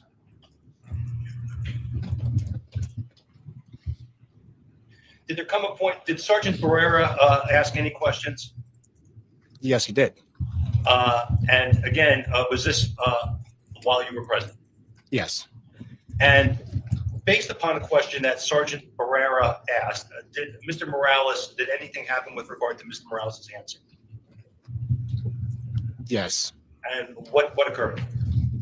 He changed his answer from seeing her to only speaking with her on the phone. So take us through that moment. What is it that you recall that happened, the question and the answer?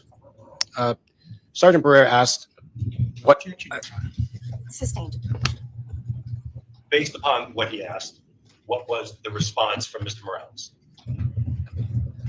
that he only spoke with her this morning, and that he stayed at his house in New Haven and she stayed at her house in Ansonia.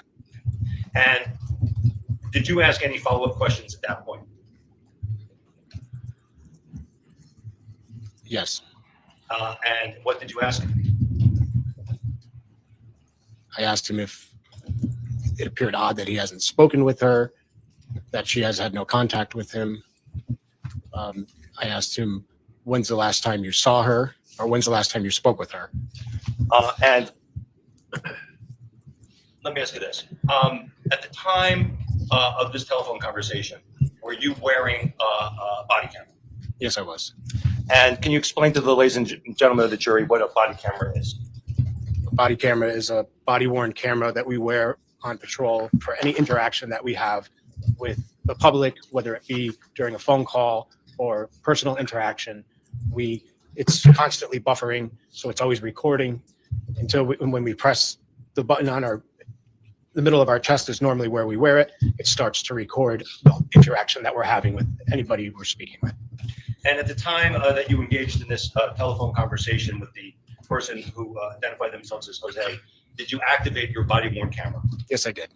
Prior to coming into court today, had you had an opportunity to review the body-worn camera connected to that telephone conversation? Yes.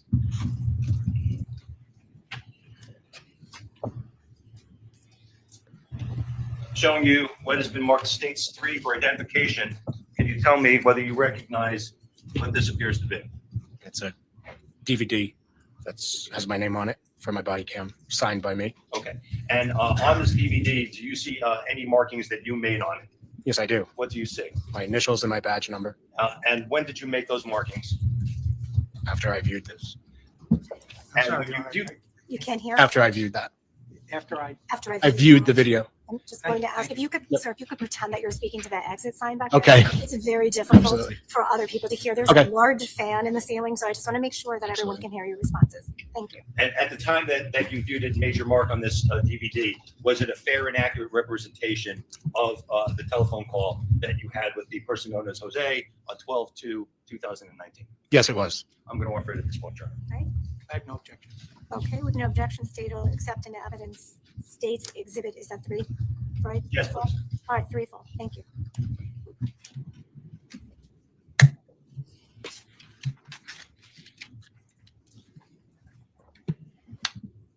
We're going to be stopping this about 30 seconds into it, Your Honor, just for further explanation. Okay. And it should be playing on the monitors.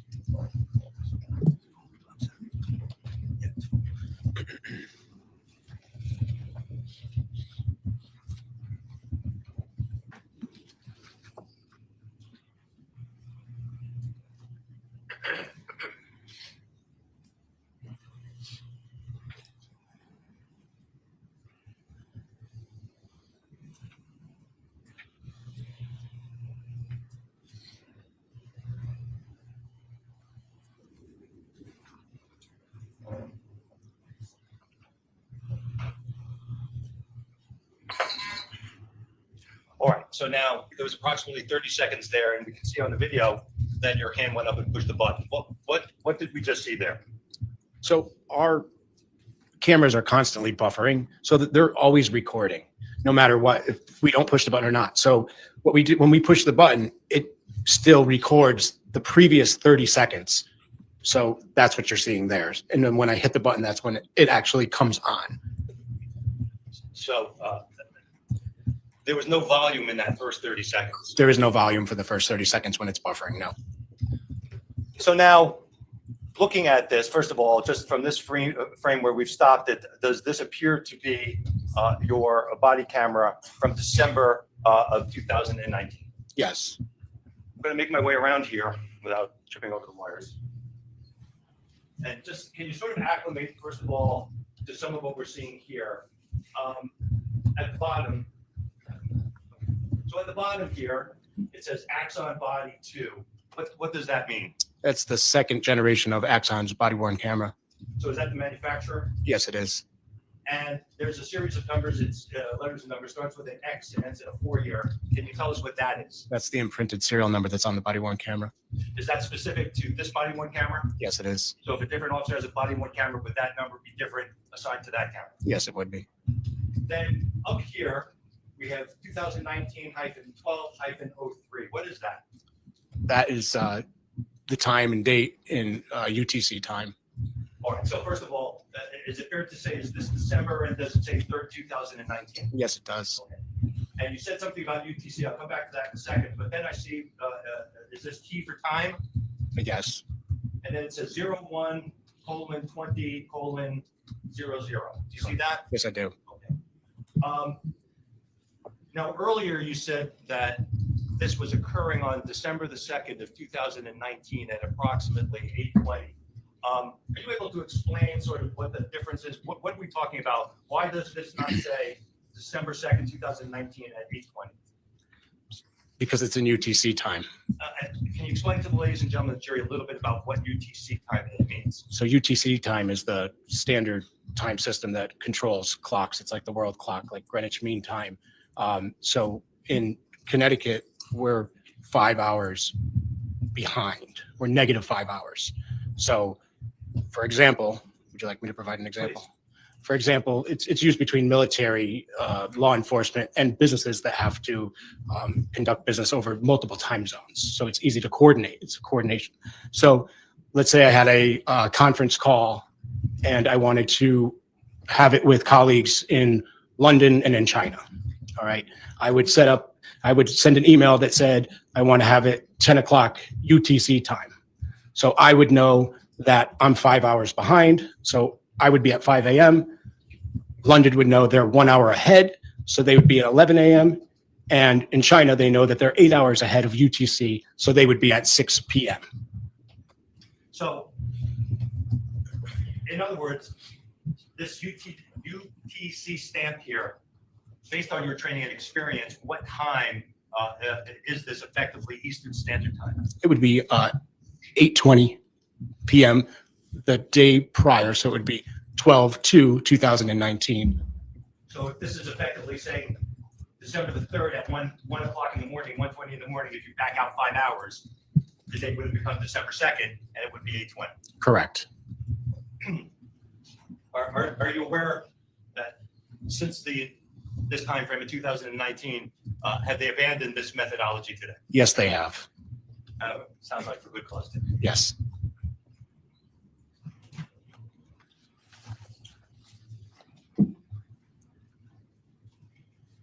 So now, you indicated that this, can you acclimate us, first of all, what are we seeing here? You seeing my the landline phone that I was using to make the phone call, a computer screen in patrol, and the hands of myself. So these are your hands here? Yes, they are. And where is your body worn camera? My body worn camera is on my upper lapel or chest area. And at any point in time, will anybody else be visible in this body-worn camera? Yes, visible? Visible. I believe so. Okay. And who else? Yes. Who else will be visible there? Sergeant Barrera. All right.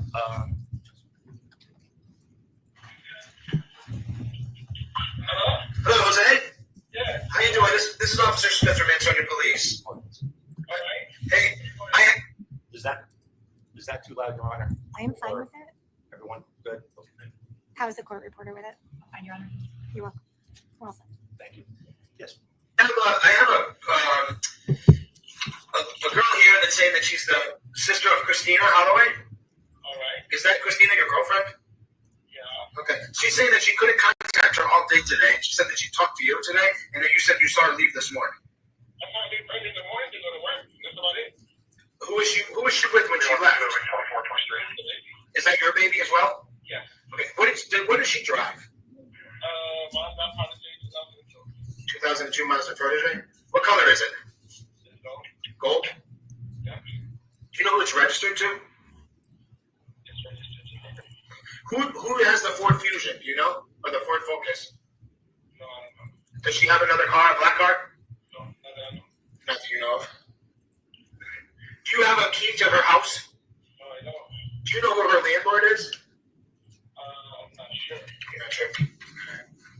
Did you talk to them at all today?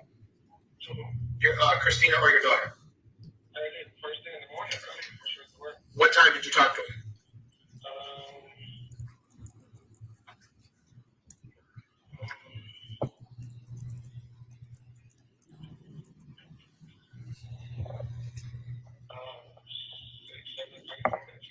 6 or 7?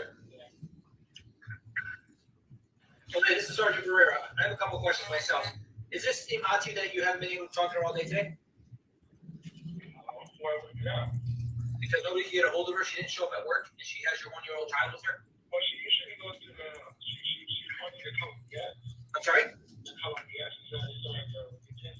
Yeah, no, we checked there too. She's not there. No text message at all between the two of you today? I tried calling her a couple of times, but she hasn't answered. I tried calling her. I still wanted to give her some answers. Let's check the voicemail. Almost like the phone's off? Yeah, it's voicemail. All right, so she left early this morning from your house. So what time did you guys show up at your house last night? No, it's not my house. I live on it. Right, okay, but she slept there last night, correct? No, she left at her house. Oh, okay, then you guys both left her house together this morning. No, I talked to her. Okay, so you talked to her this morning Yes. at 7 o'clock when she was leaving for work. Yes. When's the last time you saw her then? Friday. Where was she when you saw her? At my house. At your house. Okay. All right, so when you spoke to her at 7 o'clock this morning, what was the conversation in regards to? How you doing? How you doing? She said, yeah. Nothing about what she had to do all day today? No. Do you know if your daughter had school today? Did your daughter go to school or any kind of preschool or kindergarten or anything like that? She gonna take care of her. Daycare. She goes to the daycare that she works at? Yes. Do you know if they were open today? I believe so. Oh. Okay. So we're trying to find her because like everybody's concerned because they haven't talked to her. We're more concerned about your daughter. Your daughter. How old's your daughter? She's 1 year old. When's her birthday? I don't know. I do about it. Some kids in the way. Okay. What's your birthday, Jose? Mine? 11/12/76. Yeah. September 7th. Se- Her birthday. Okay, September 7th. Okay. Do you know? The baby. Okay. All right. You don't know if Christina has any medical problems or any kind of substance abuse problems like alcohol or drugs or anything like that, right? Not that I'm aware of. Not that you're aware of. A little bit of drink sometimes at night.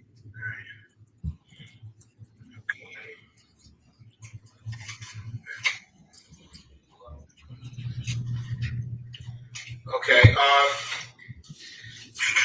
All right. So we're gonna try to find her. If we need to be in contact with you, can I reach you at this same number? Yes. 247-5169. Okay. And do you know of any friends that she would be hanging out with, or anybody else? Like, I don't know, like somebody that she wouldn't want anybody to know she was with, or anything of that. You know what I mean? Like, is there anybody else like where she would go? I know you said the church, but we checked that place and she's not. Where's that church? It's in Bristol somewhere. It's in Bristol. That's what I know. Okay. And you don't know, does she have any friends? She does, but I don't really know them like that. I know. Do you know their names at least? Maybe I can try and find out who they are. I don't know. I have no idea. Okay. All right. Hold on one second. Let me ask you. She's driving a Mazda. If he wasn't with her, how does he know she's driving a Mazda? Jose, Yes. you said she was driving a Mazda, correct? Yeah. But if you didn't see her today, how do we know she's driving a Mazda? I didn't see her. I know she has a Mazda. Okay, what other car does she have? I don't know about the car. I know she has a Mazda 2002. Color gold. All right, just do us a favor. If you hear from her, if you can try contacting her, if you get a hold of her, just call us back. What number? The number? The phone number? Yeah. 735-1885 would work. Let me write that down. Is it 23? Yep. Yes. 23?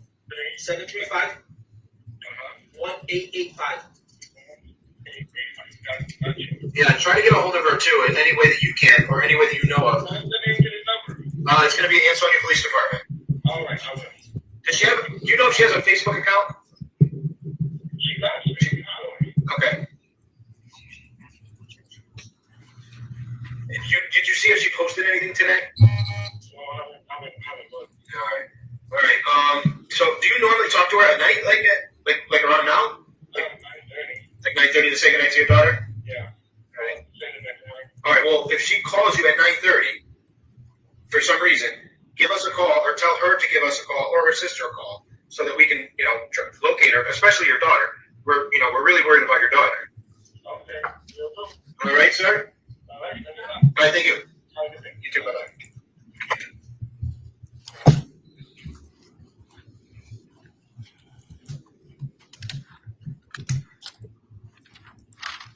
Regarding the use of it to the court. Thank you. Now, Officer Smith, when the phone call concluded, what, if anything, did you do next? I went back out into our lobby to follow up with Stephen and Jody, who are still waiting there for me to give them some update. And I went out there and told them what I knew. And were you aware, was Sergeant Barrera, did he stay with you? He left and went to go to 6.5 Myrtle Ave to assist the officers that were going down there to try to make contact again. And did there come a point in time that you finished whatever conversations you were having at Ansonia, and did you make your way to 6.5 Myrtle? Yes, I did. I finished the conversation when I updated them with what I had at that time, and then I made my way down to 6.5 Myrtle to assist. Thanks, I have nothing further. Okay, thank you. Attorney Gavin, Attorney Cross. Hi, officer. How you doing? So you went to work at about 3 o'clock, so you were on the midday shift from 3 to 11. Is that correct? Correct. Okay. And you told us that, were you out on patrol and called to the PD to go ahead and talk to Jody Jacobellis and Stephen Holloway? Yes, that's correct. Okay. So you get called in and you didn't know these people at all, correct? No, I did not. Right. Okay. And they basically filed a missing persons report. Is that fair? At that point, yes. Yeah. Okay, great. And after you had received the missing persons report, did you contact Sergeant Barrera, or was he already there with you? Usually when I take a call of that nature, I'll go inside. If he was already inside, I'll go into his office and give him an update of what is going on. Okay. So Barrera was there. Correct. I know that you just finished testifying that Barrera had left at some point. I'll follow up. But when you were called in off the road, you went in, you talked to the people in the lobby, and then you went in, and was Barrera's position at that point, was he the patrol supervisor? Correct. Right, so he would have been your direct report. Correct. Okay, I got you. All right. So you, when you went into the lobby and you spoke to them, and then you went inside and you reported to Barrera, Is that when you made the phone call that was just reflected in the body cam? Yes, Okay, all right. And Barrera was with you at that point, correct? correct. Okay.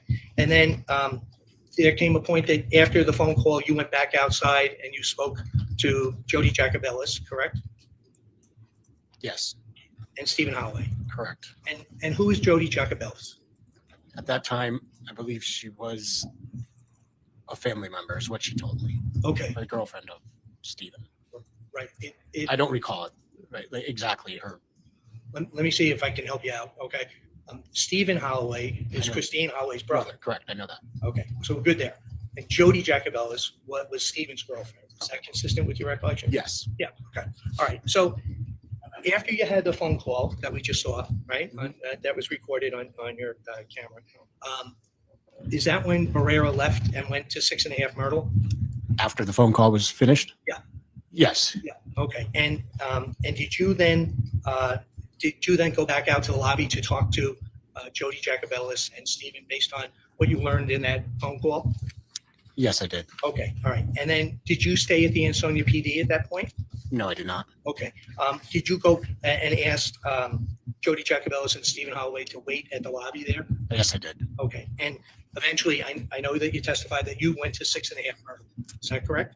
Yes, I did. All right. And did you go back into the lobby and tell them that you were going over to 6.5 Myrtle, or were they gone by then? I never had contact with them after that. After you asked them to wait, they left. You never had any contact with them. I'm not sure if they left or if they stayed. I don't know. I never came back into the police department. I just want to be clear here. I'm talking about before you went to 6.5 Myrtle, right? You asked them to stay, Yes. and you never had any contact with them. Oh, no, after the phone call, I was able to, I made contact with them in the lobby Right. again. Yep, that's the second time, Yes. right? And, Yes. and then you told us that before you left to go to 6.5 Myrtle, you asked them for them to stay in the lobby. Is that correct? I believe so, yes. And you never had contact with them after that anyway. Correct, Okay, gotcha. And then you went over to 6.5 Myrtle, correct. right? And Sergeant Barrera, I take it, would have made his way to 6.5 Myrtle before you got there. Yes, So when you arrived, he was already there, correct. and he was there with another officer, correct? Yes, he was. And that's Officer Nelson. Is that correct? That's correct. Okay. And did you see them at that point? I saw them on the exterior of the residence. Okay, great. So you spoke to them. Did you do a neighborhood canvass late in the evening there on Monday, December 2nd, 2019? Yes, I did. Okay, and just tell us, what did you do when you got there? I arrived on scene. I spoke with Sergeant Barrera, who updated me on on things that he located. And he then told me to conduct a neighborhood canvass of the neighbors that are there, to speak with them to see if they had seen Christine, the baby, or Jose that day. And can you tell us what the weather conditions were like when you got there? It was snowing, and we had several inches of snow on the ground. Okay. And then when you say neighborhood canvass, was that you going up and down the side streets and Myrtle Avenue to see if there were any neighbors that were there? Yes, we'd go door to door, knock on the door, hope for someone to come to the door so that we could speak with them to see if they had seen, heard, or know anything about the people whom we are looking for. Were you aware when you conducted the canvass that the body of Christine Holloway was found in the residence of 6.5 Myrtle? Yes, I was. I have no other questions. Thank you, Ron. Thank you, officer. Attorney Stein, any redirect?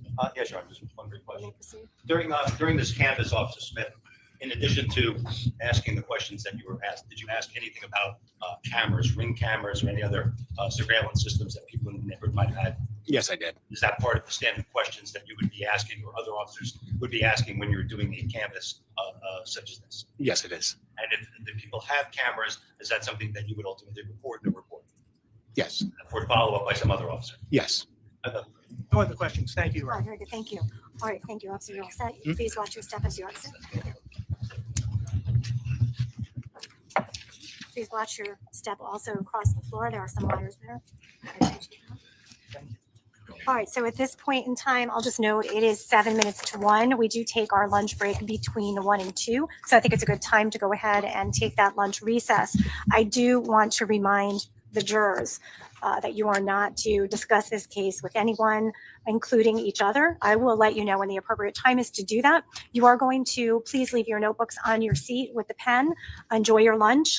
Please avoid anyone who tries to speak with you, but you can certainly leave the building for your lunch so long as you're back here for 2 o'clock. We do intend to get back on the record at 2 o'clock, okay? Should anyone try to speak with you or have any discussion with you or make any comments to you or show you anything, please turn your attention away and alert a marshal immediately, okay? Thank you very much. Court stands in recess until 2 p.m.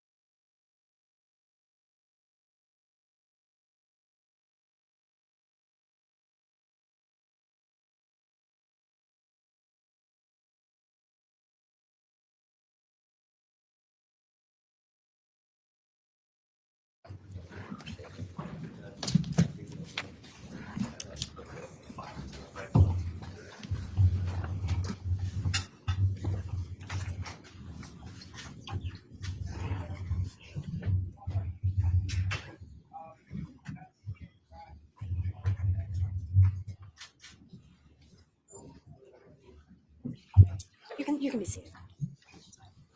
Thank you. All right, welcome back, members of the jury. Counsel, please stipulate to the return of our jurors after lunch. It's like we're missing one guy. There she is. Let me do a count. Stipulate to the presence of the jury. Yes, Your Honor. That's good. Thank you so much. All right, is the state ready to call its next witness? Yes, Your Honor. All right, you may. Lieutenant Alexander Barrera. Thank you.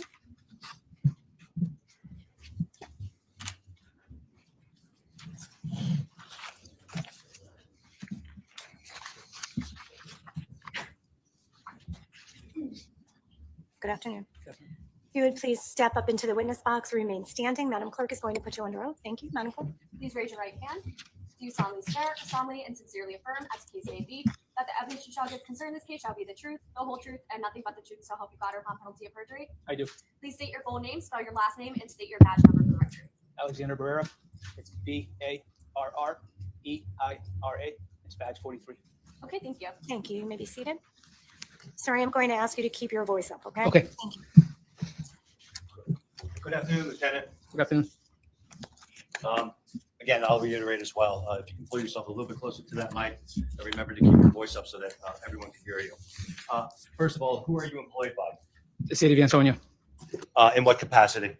as a patrol lieutenant, Can you tell us, how long have you been working for the, is it the City of Ansonia Police Department? yes, sir, How long have you been working for them?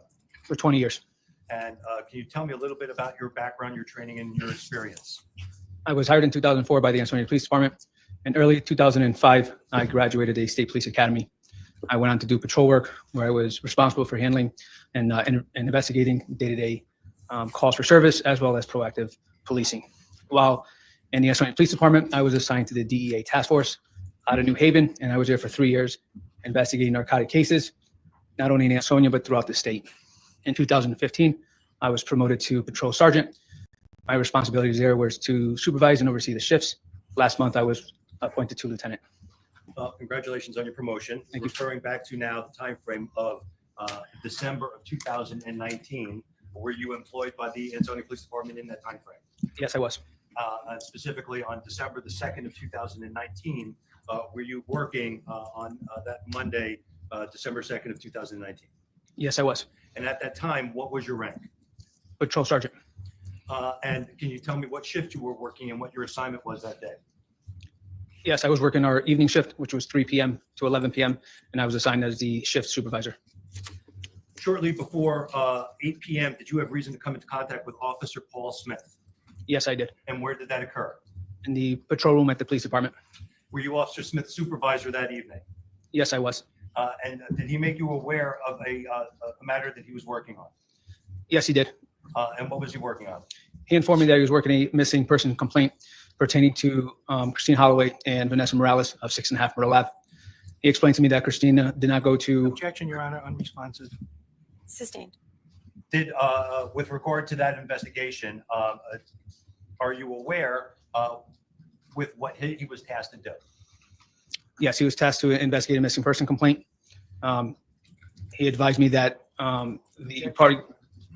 Well, not with regard to what you were told, but Okay. in terms of, did he obtain information in an attempt to investigate this complaint? Yes, he advised me that the police department was out earlier conducting a welfare check. Right, so we have to be careful with what other people said. So we're providing hearsay responses. I understand the objection, and I understand you're not asking for that as an answer. So if you could correct your witness. So Sergeant, with regard to getting past what he told you Okay. and getting into now, did you observe him taking steps with regard to his investigation? Yes, Officer Smith was going to be attempting Objection, to. Your Honor. It's a yes or no question, and he answered yes. That is true. I will sustain the objection. I'll strike anything after yes. Thank you. So you were aware of what he was going to do. Yes, sir. Did you observe him in his task? Yes, I did. What did you observe him do? Officer Smith was placing a phone call via landline to Christine Holloway's boyfriend, who was Jose Morales, from a phone number that he retrieved from Christine Holloway's family. And were you present when the phone call was being made? Yes, I was. At any point during the phone call that you were observing, did you interject or become involved in the conversation? Yes, I did. And did you ask questions? I did. Going to play for you part of States 3. It's a full exhibit starting at 3 minutes and 16 seconds to 4 minutes and 4 seconds, a short clip of that interaction.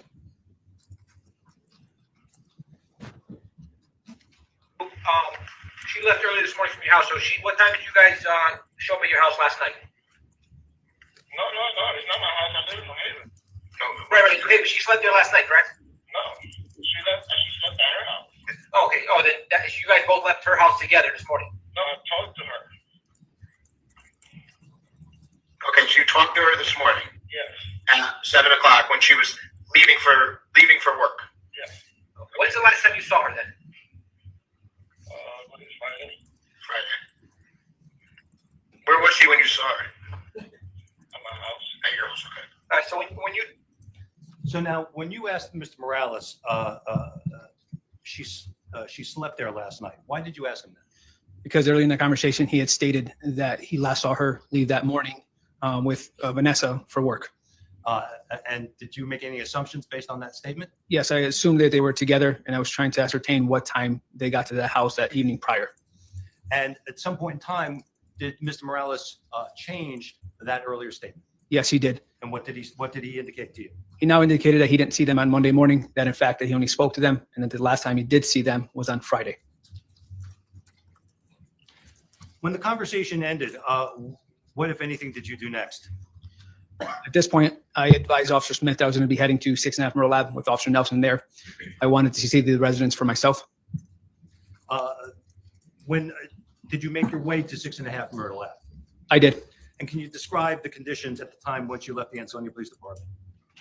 That night it was actively snowing. It had snowed for several hours. When I arrived on scene, there was some accumulation of snow already. When you arrived on the scene there, what observations did you make? On the front door, we observed a note left behind by Christine Holloway's family, asking her to contact them when she returned home. We also noticed that that there was 2 locks on the door, a deadbolt and a knob. Well, let me ask you this. When you got to the scene, did you meet with Officer Nelson? I did. And was Officer Nelson there before or after you arrived? Officer Nelson was there prior. And did Officer Nelson point anything out to you upon your arrival? He did. He pointed out a skylight that was left open to the front of the house. And is it at that point in time that you approached the door way to 6.5 Myrtle? It is.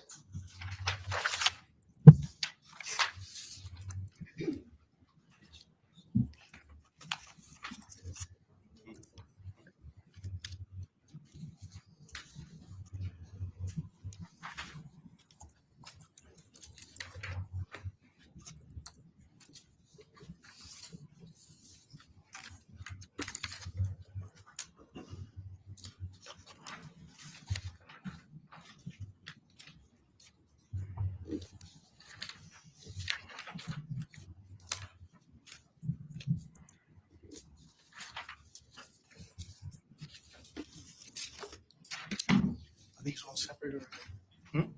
Your Honor, can I just have 1 second? I Of just wanna course. Make sure. Okay, 4, 6.5. 5, front door 6.5. 6, rear 6.5. 7, front door from left side. And 8, kicked in door panel, front door. Your Honor, I have no objection to any of these being admitted. All right, so why don't we just please So let me- state what they are for purposes of the States record? 4 through 8, Your Honor. I'll have the witness identify them Okay. during his testimony. So court will accept into, I'm assuming you're moving as full? Yes, There was please. no objection. Court will accept into evidence as full exhibits 4 through 8. Was that correct? Yes, Your Honor. All right, and we'll get a description of them as we move forward with testimony. Thank you. There they are photographs. Lieutenant Barrera.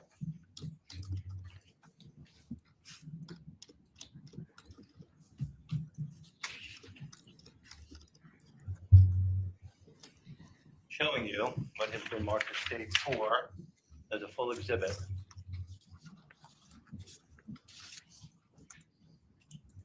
Can you tell me, do you generally recognize what this is? Yes, it's a photo of 6.5 Myrtle Ave taken from the street view. And is this a fair and accurate representation of how 6.5 Myrtle Avenue appeared to you when you arrived on scene on December 2nd of 2019? For the most part, yes. There's more snow now than when I first arrived on scene. Okay. So can you tell me, and reporter, you'll let me know if I'm off mic. First of all, what is this here in the foreground, the bottom part of the picture? The street, Myrtle Ave? Yes, that's Myrtle Ave? Yes. And this red building here, what building is that? That is 6.5 Myrtle Ave. And what is this seeming to be a wood structure in the front of the building? It's a ramp leading up to the front porch, which would be the front door area. All right. Would this be the front entrance of the building? Yes, it is. So now, when you got on scene, did you approach that front door? Yes, I did. Showing you stage 5 is a full exhibit.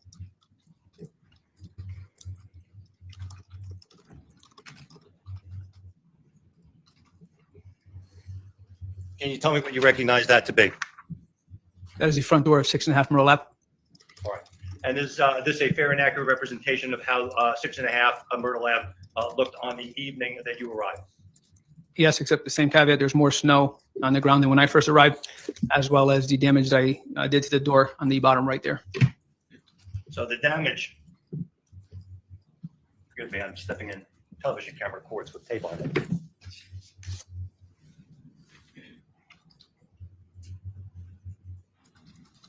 You're referring to damage.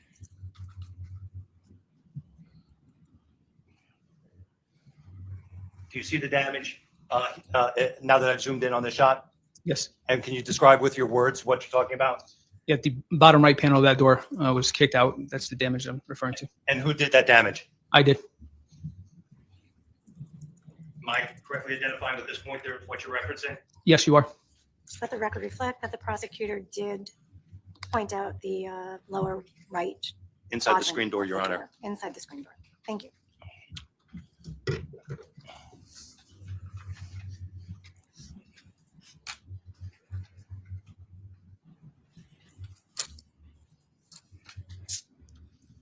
All right, so you indicated that you arrived on the scene. You mentioned something about a note. Where was the note that you found?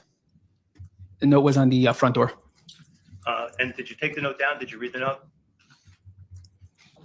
The note was from the family. It was not read by myself. It was read by another officer. Okay. Did you, with regard to the screen door that's present, did you attempt to open either one of those doors? Yes, the screen door was open. It was unlocked, and I attempted to open the next door, which is the front door, but that handle was correction. That doorknob was locked. How many? And I'm sorry. How many locks did you say that you observed? I observed two. I observed a doorknob with a key entry and a deadbolt with a key entry.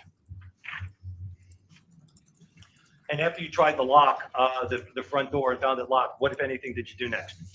I knocked on the door, yelled police department, and rang the doorbell, but no response. And who were you with at that point in time? Officer Nelson. And did you instruct Officer Nelson to do anything? Yes, at this point, I instructed him to begin a neighborhood canvass to try to speak to neighbors. And did he depart from you? He did. And when he departed, what, if anything, did you do next? At this point, I walked the perimeter of the residence, trying to see if I could see inside any of the windows. I made my way down toward the back of the residence where I located that there's a 3-car garage underneath that residence. Well, let's start with State's Exhibit 6. Do you recognize generally what this is? Yes, And what is this? it's the right side of 6.5 Myrtle Ave, taken from the street view. So again, using the pointer, is this that same wooden walkway that was depicted in one of the earlier photos? Yes, it is.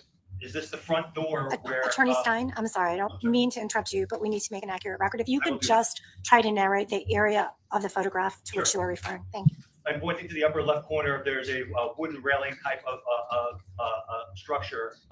Is that the front porch area? Yes, it is. And again, just behind the wooden railing, again, in the same upper left-hand portion of this photograph, is that the front door area that you had tried moments earlier? Yes, it is. Now, it appears from the photograph, and correct me if I'm wrong, that the property seems to slope away from the house. Yes, it does. So in order to get down here, did you have to go down some type of an incline? Yes, some kind of embankment I had to walk down.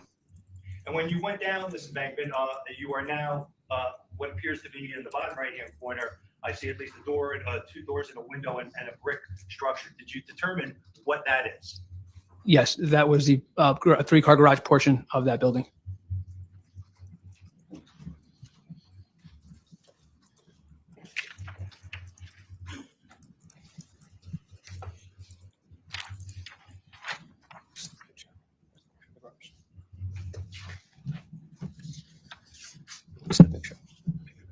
Picture of the garage. Where's the photos of today? Pack the photos. Today's packet.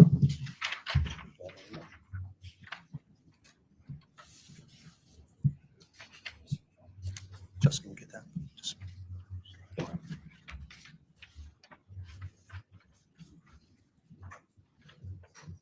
Showing you what has been marked as State 7.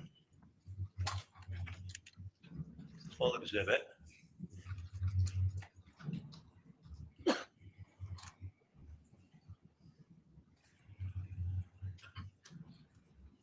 you tell me what you recognize this to be? Yes, that's the left side of 6.5 Myrtle Ave, taken from the street. All right, so are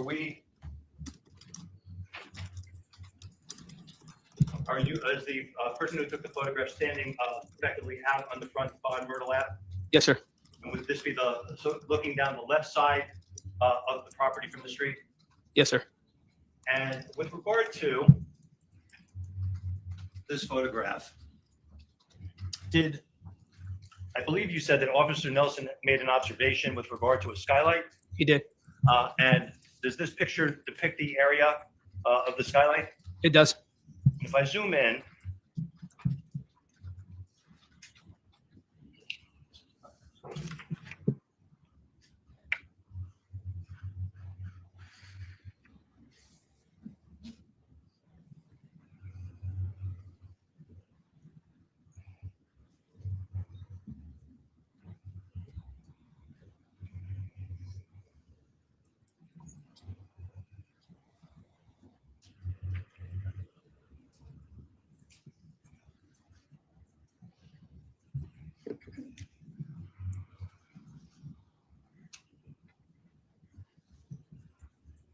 grainy. Mhm. Are you able to see the skylight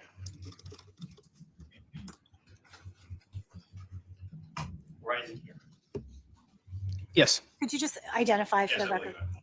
So I have zoomed in on State's Exhibit number 7, and in the sort of center of the left side of the photograph, there is a hatchway open with light coming out from inside that the officer has identified as an open skylight into the 6.5 room. Counsel, could you do me a favor, please hand the exhibit to the witness, as the court can't clearly see that. I'd like to have the witness pointed out to the court. Thank you. That's right there. If you could just hold that. I'm sorry. That's right there. Okay, thank you. All right, thank you, counsel.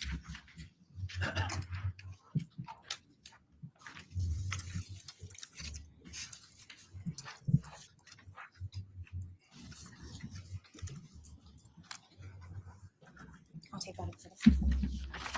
You will. Turning the exhibit to the clerk. Madam Clerk.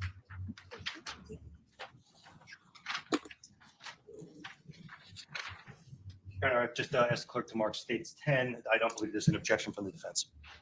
No objection, Your Honor. All right, could I just have some sort of an identification on 10? Showing you, Excuse me, that was 10? Yeah. You miss 8 and 9? I just want to make sure. Yeah. So State's Exhibit 10, there was no objection to that, No Attorney Gannon? objection. It's a photograph as well? it is, Your Honor. All right, court will accept into evidence, no objection, State's 10 photograph, Just thank leave you. the space.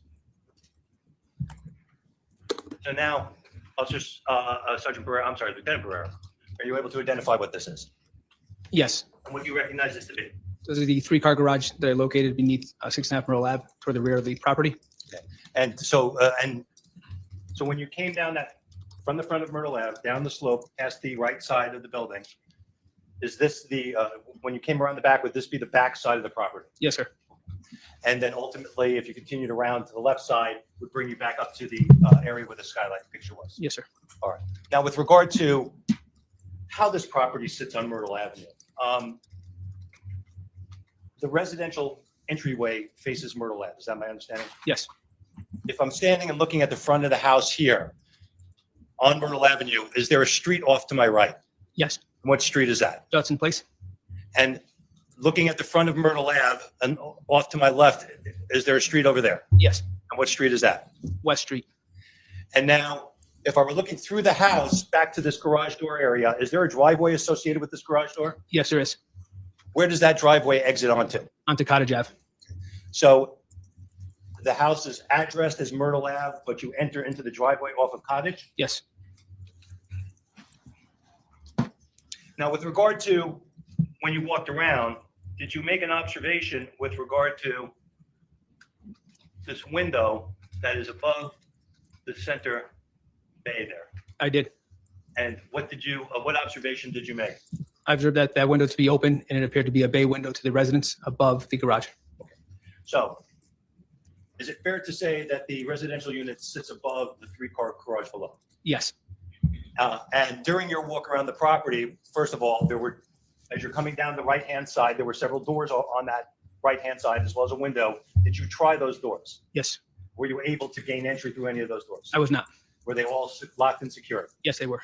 When you made your way around to the back side, all 3 of these garage doors, did you make any attempt? First of all, did you look into the garage? I attempted to. And were you able to? I was not. Why? They were all blacked out.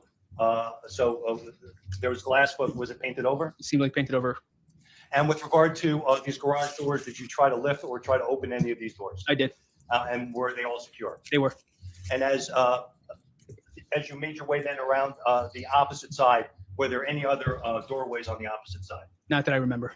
And did you discover, was there any way into 6.5 other than that front doorway that seemed to lead into this residential unit? No.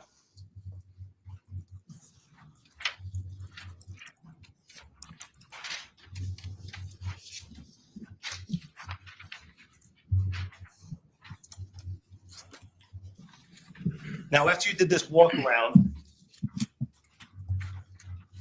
what happened next? Officer Nelson returned from his neighborhood canvas and advised me he had just spoken to a neighbor who stated they saw. Sustain. When Officer Nelson came back, did he make you aware that he spoke to the neighbor? He did. Not what the neighbor said, but based upon what the neighbor said, what decision, if any, did you make? Well, due to the conflicting information we received, we determined that we were going to have to force entry into that residence. And did there come a point in time that you then forced entry into the premises? I did. Before doing forcing entry, did you advise Ansonia PD what you were going to be doing? Yes, I radioed in and I advised them that I was going to be attempting to force entry. Showing you what has been marked States 8 as a full exhibit.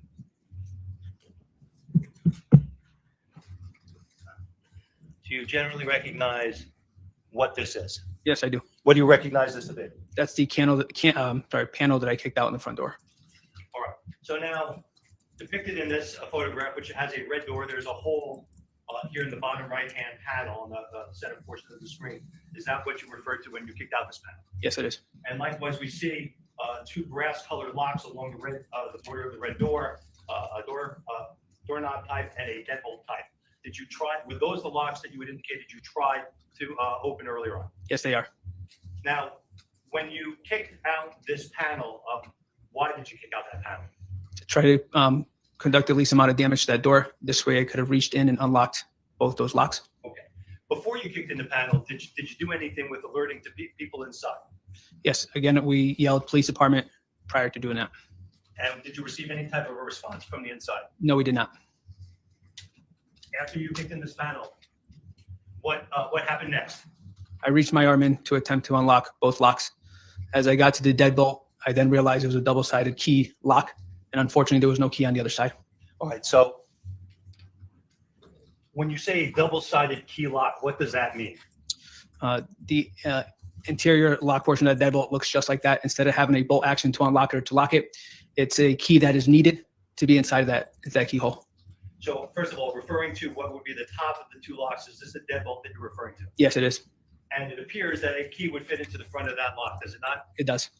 Is it your testimony that the inside of the lock looks substantially the same way, where a key would have to be fit into the top? Yes. Was there a key present there when you tried to unlock it? There was not.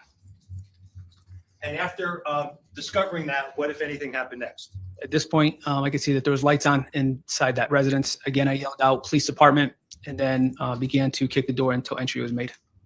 And were you able to make entry? Yes, I was. Prior to actually forcing that lock, did you and Officer Nelson take any action with regard to any protective gear? Yes, we both put on rubber gloves prior to doing so. And did you have the rubber gloves on when you ended up kicking the door? Yes, we did.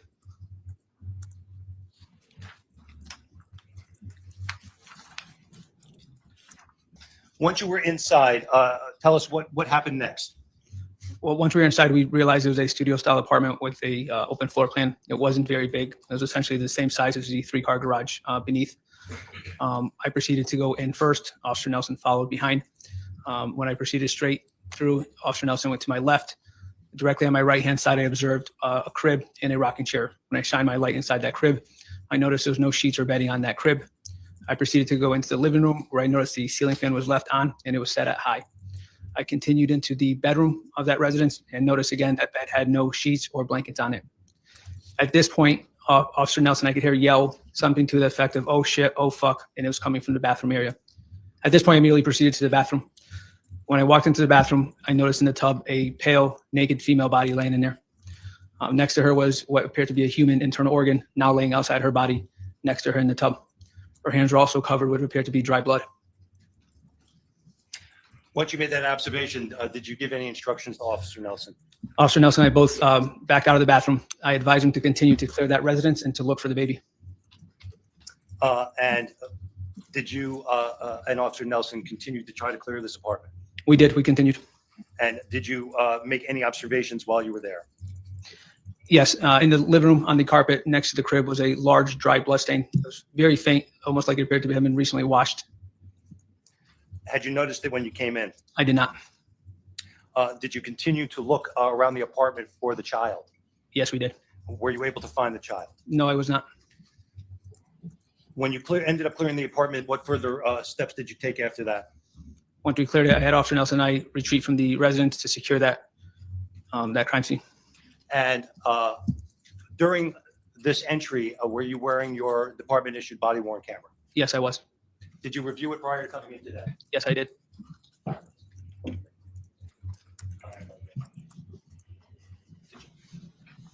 Do you have the disc? I thought it could. You have it. May I approach the witness, Your Honor? Yes. Showing you what has been marked States 9 for identification. Can you tell me whether you recognize what this is?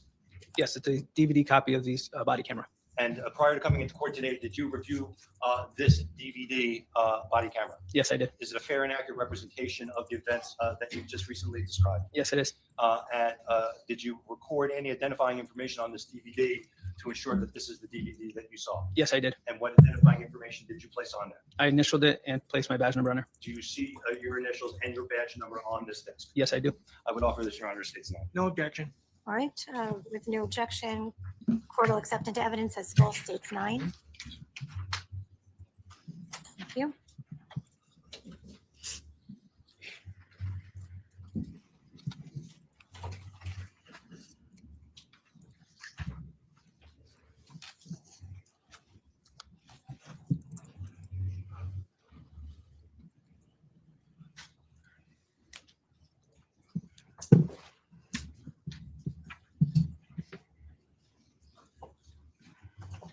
See, I'm gonna give you a quick breakdown, okay?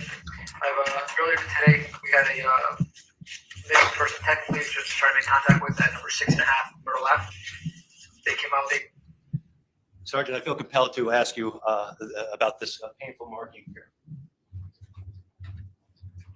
Right here.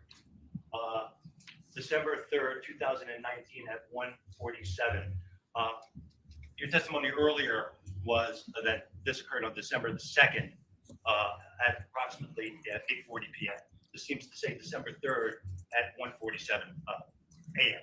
Are you able to account for that? Yes, And what's the reason that is like that? because the body cameras that we have there, they run on UTC time, so it's 5 hours ahead. So we would have to minus the 5 hours. All right. So if we back this off 5 hours, this would be about 8:47 p.m. on December 2nd of 2019? Correct. I'm sorry. We would do that. see, I'm gonna give you a quick breakdown, okay? Earlier today, we had a missing person, technically just trying to make contact with that number 6.5 Myrtle left. They came out, they said no car was in the driveway, no car was here. And then, yeah, but there's no mailbox, I don't think. There's no mail in our bed. Yep, nobody's home, but we can't find, they're back here, like, listen, she's a mother of a 1-year-old, she's always shows up at work, she always contacts us. We haven't heard from her, this is really, really bad, we have a bad feeling. Talk to the boyfriend says, I haven't seen her, I haven't talked to her later, I talked to her in the morning, but I haven't seen her. We just get to the house now, there's a couple windows open on the second floor, which is really odd, because obviously it's freezing out. I had him do a neighborhood canvas, one of the neighbors said, hey, I saw him drive her car out of here this afternoon.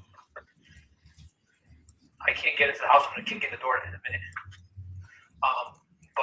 But I called Steve out just to let you know. All right. Okay, goodbye. Okay, my camera's been on. All right, do you want to? What do you want to do? I mean, try to knock it one more time and then just move it. No, hold it. 4-3.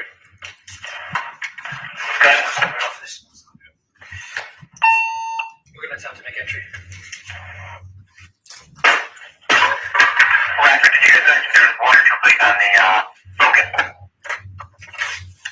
Police find it.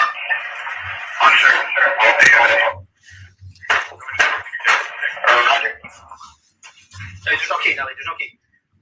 We gotta kick it out. Kick it in. Watch out.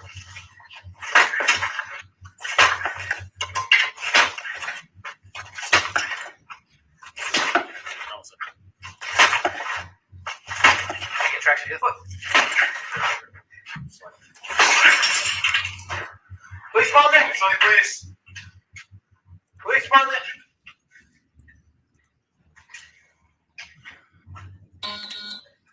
Oh shit. What? Oh fuck, dude. What? Holy shit. You have to be here. Holy fuck. Okay. Clear the room. Clear the house.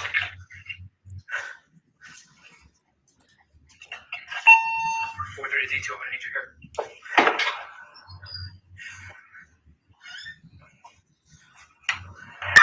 Roger.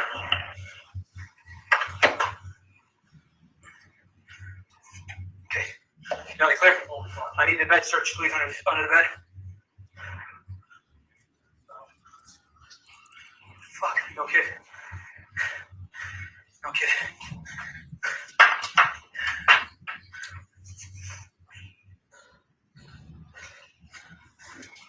All right.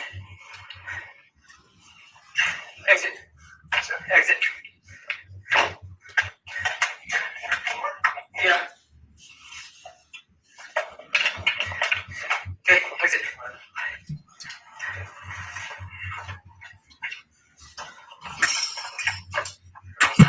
Do me a favor. Go talk to that neighbor. Give me all the information you can get. Just no information. No information. Just you. Just want to try to confirm it. Swingy, go do a neighborhood canvas, please. Yep, neighborhood canvas. Names, times, cameras, anything we could get.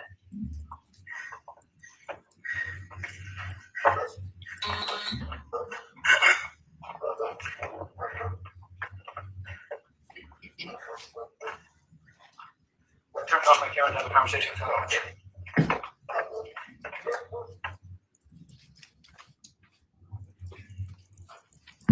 Lieutenant, just as that clip ended, you were pacing on that deck and you were walking towards, there was a window on your right. First of all, with regard to the position of the skylight, after you made entry, did you become aware of what the what room the skylight was in? Yes, it was in the bathroom. Was that window that you were just standing by when the camera went off, would that be the exterior bathroom window? Correct, it was. When you first entered in to the property, into the actual apartment itself, you mentioned that you were aware that the ceiling fan was on and was on hot. Yes, I'm sure you noted that. Or why did you note that in your report? because it was extremely cold out, windows were open, and no need to have a fan on in residence when it was that cold. When you reviewed your body camera, did you notice candles around the apartment? I did.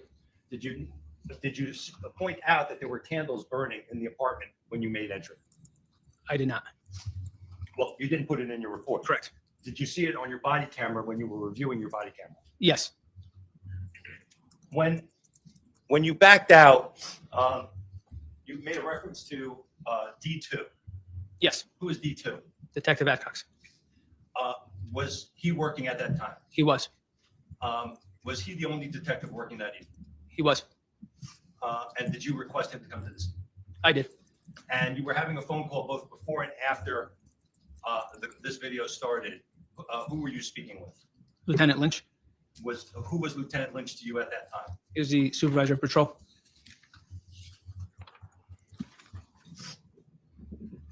And that, as the clip ended, where you were giving instructions to Officer Nelson, and you referred to the other officer as Smitty. Who is Smith? Officer Smith?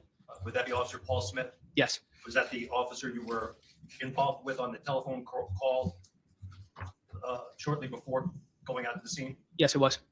And so he just arrived at the scene as you were exiting? Yes. I have nothing further, thanks. Thank you, Attorney. Hi, Lieutenant, how are you? Good. Good. Lieutenant, so I just want to make sure I follow what Attorney Stein just said. So when you referred to Smitty, that was Officer Paul Smith. Correct. You saw him here today. correct? I did. Yeah, he just testified previously. And when you said Nelly, was that Brendan Nelson that you were referring to? Yes, Officer Nelson. Okay, so he went into 6.5 with you, correct? Correct, he did. Okay, so you're the patrol supervisor back on Monday, December 2nd, 2019, correct? Yes, I was. Okay, and would Officer Smith report to you, sir, back on December 2nd? Were you his immediate supervisor? Yes, I was And how about Officer Nelson? as well. Okay, great. So was you chartered to go ahead and stay at the police department on the afternoon shift from 3 to 11, or were you out on patrol yourself? We do both. You did both. Okay, were you out on patrol that day? At some point that day I was. Okay, All right, what was it that brought you back to the police station for the phone call that Officer Smith made? When Officer Smith came in for that phone call, I was already present at the police department. Okay, so I just want to go slow. So you came in, 3 to 11 shift, you were out on patrol, you had come back to the police station when Officer Smith was there. Correct. When Officer Smith came in, I was already present. Okay, great. Do you know who Jody Jacobellis is?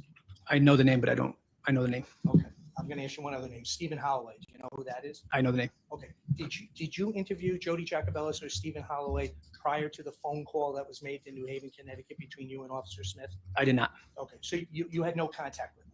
Correct. I did not. Okay, so Officer Smith indicated to you that he was going to make this phone call, and you joined in the call, correct? Correct. I did. Yeah, we have the body cam. It's a full exhibit here, and I take it that you were at the police station and you used the landline and put the conversation on speakerphone so you could hear it. Correct. We did. Is that correct? And then during the course of that conversation, you started to interact with the person on the other end of the phone, Correct. I did. right? And you believe that that was Jose Morales. Is that Correct. I did. Yeah, okay.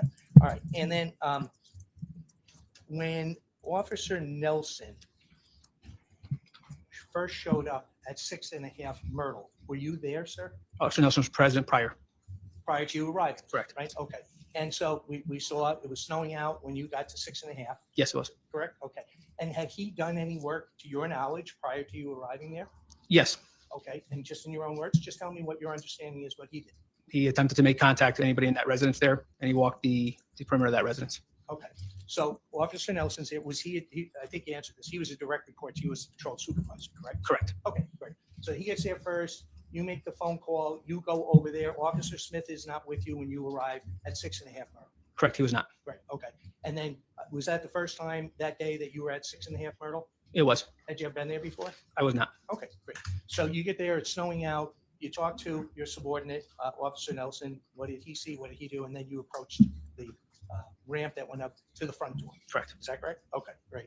And then when you got to the front door, you weren't able to initially gain access to the apartment. Is that correct? Correct. I was not. Okay.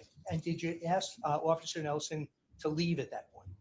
I asked him to do a neighborhood canvas. Yes. Okay, so just tell us, when you were unable to get into the apartment, the door was locked. I think you said the screen door was open. Is that correct? I don't want to mislead you. Okay, so the screen door is open. You're unable to get in. You say, Nelson, continue the canvas of the neighborhood. Yes. Okay, and is that when you went ahead and you walked around down the embankment to the back of the property where the 3-car garage was? Yes, it was. Okay, and just and we'll do this as we go along. But would you agree with me that the back of the residence at 6.5 has that? And I can put the picture up if you want. I will. The 3-car garage, correct? Correct. It does. Right, and the driveway to 6.5 Myrtle is in the back of 6.5 Myrtle, correct? Correct. Okay, great. And you walked down and you looked in the 3-car garage, but I think you said that the glass panels were painted over. Is that correct? Yeah, they appeared blacked out. Okay, and so you couldn't see in there, Correct. right? Plus it's snow now, Correct. and now it's 8:30, 9 o'clock. Roughly. Yeah, okay. You know, I'm not trying to confuse you, all in that general time frame. When you went down and you did the perimeter of 6.5 Myrtle, were you with anyone else, sir? No, I was not. Okay, and Officer Nelson's off doing what you instructed him to do, Correct. right? Oh, and Officer Smith hadn't shown up yet. Correct. Is that okay? So now, after you're around the back, you had checked the doors, I take it? Yes. Probably identified yourself as a police officer? Earlier on. Yeah, okay. When you were in the back of the residence, when you're knocking on the door, did you say something like Ansonia Police? Or I don't anything? recall. Okay, all right. But it would be your practice to go ahead and identify yourself as law enforcement? Correct. officer, Correct? Mhm. And that's standard procedure for you? Correct. right? Okay. So you go ahead and do that. And you reached a point, I believe, that you were in the back where the 3-car garage was and you decided to return back to Myrtle Avenue. Correct. Okay, so you came up the embankment, you went to Myrtle Avenue. Where was Nelson then? Nelson was still conducting neighborhood canvas. Okay, and then did you return back up that ramp up to the front door of 6.5 Myrtle by yourself? I don't recall if I was by myself at that point. Okay. Make sure it's okay. All right, so you, but eventually you went back to the front door? Yes. Okay, and then did Officer Nelson join you at that point, sir? Yes, he did. Okay, and you decided to make, I think the term was forced entry, is that correct? Correct. Okay, and just tell me what forced entry means. That means you have to use some kind of force to open that door. Okay, because you didn't have the key for the doorknob, correct? Correct. And it was locked. And you didn't have the deadbolt key. Correct. Okay, And did you advise back to Ansonia PD that you were going to make this forced entry? I did. All right, and that's standard procedure, right? It is. Okay, because we don't know what's behind the door, and you want the Ansonia Police Department to know what you're doing next. Correct. Were you reporting to a supervisor at that point? Over the radio? Yeah. I was not. No, okay. I think I'm jumping around a little bit, but I think you told me Detective Adcox was the only detective that was on call that night, Correct. right? And was he back at the Ansonia Police Department, if you know? I don't know. Okay, but he was on duty that night. Correct. Okay, great. He was not directing you at that point or giving you any instructions in regard to how to act. He was not. Okay, gotcha. Because at that point, it was just a missing persons complaint, Correct. right? Okay, all right. So now, when you went up to the door, we saw you kick in that panel in the lower right quadrant of the door. Correct. Correct? Okay. And then did you take your arm and try to unlock the door from the inside? I did. Okay. And you were unsuccessful because it was locked. It was locked from the inside, correct? Correct. Okay. And that's when you made your determination that you were going to actually not kick in the panel, but actually kick in the door, Correct. right? And that wasn't easy because it was snowing out, right? Correct. Right. And you had to give it a few whacks with your foot to try to get that door, right? I did. And it splintered off of the frame at that point. It did. Okay. And then I understand that you went inside, and Officer Nelson went inside as well, He did. right? Okay. And you wanted to clear the apartment to see if anyone was in there, correct? Correct. Right. Okay.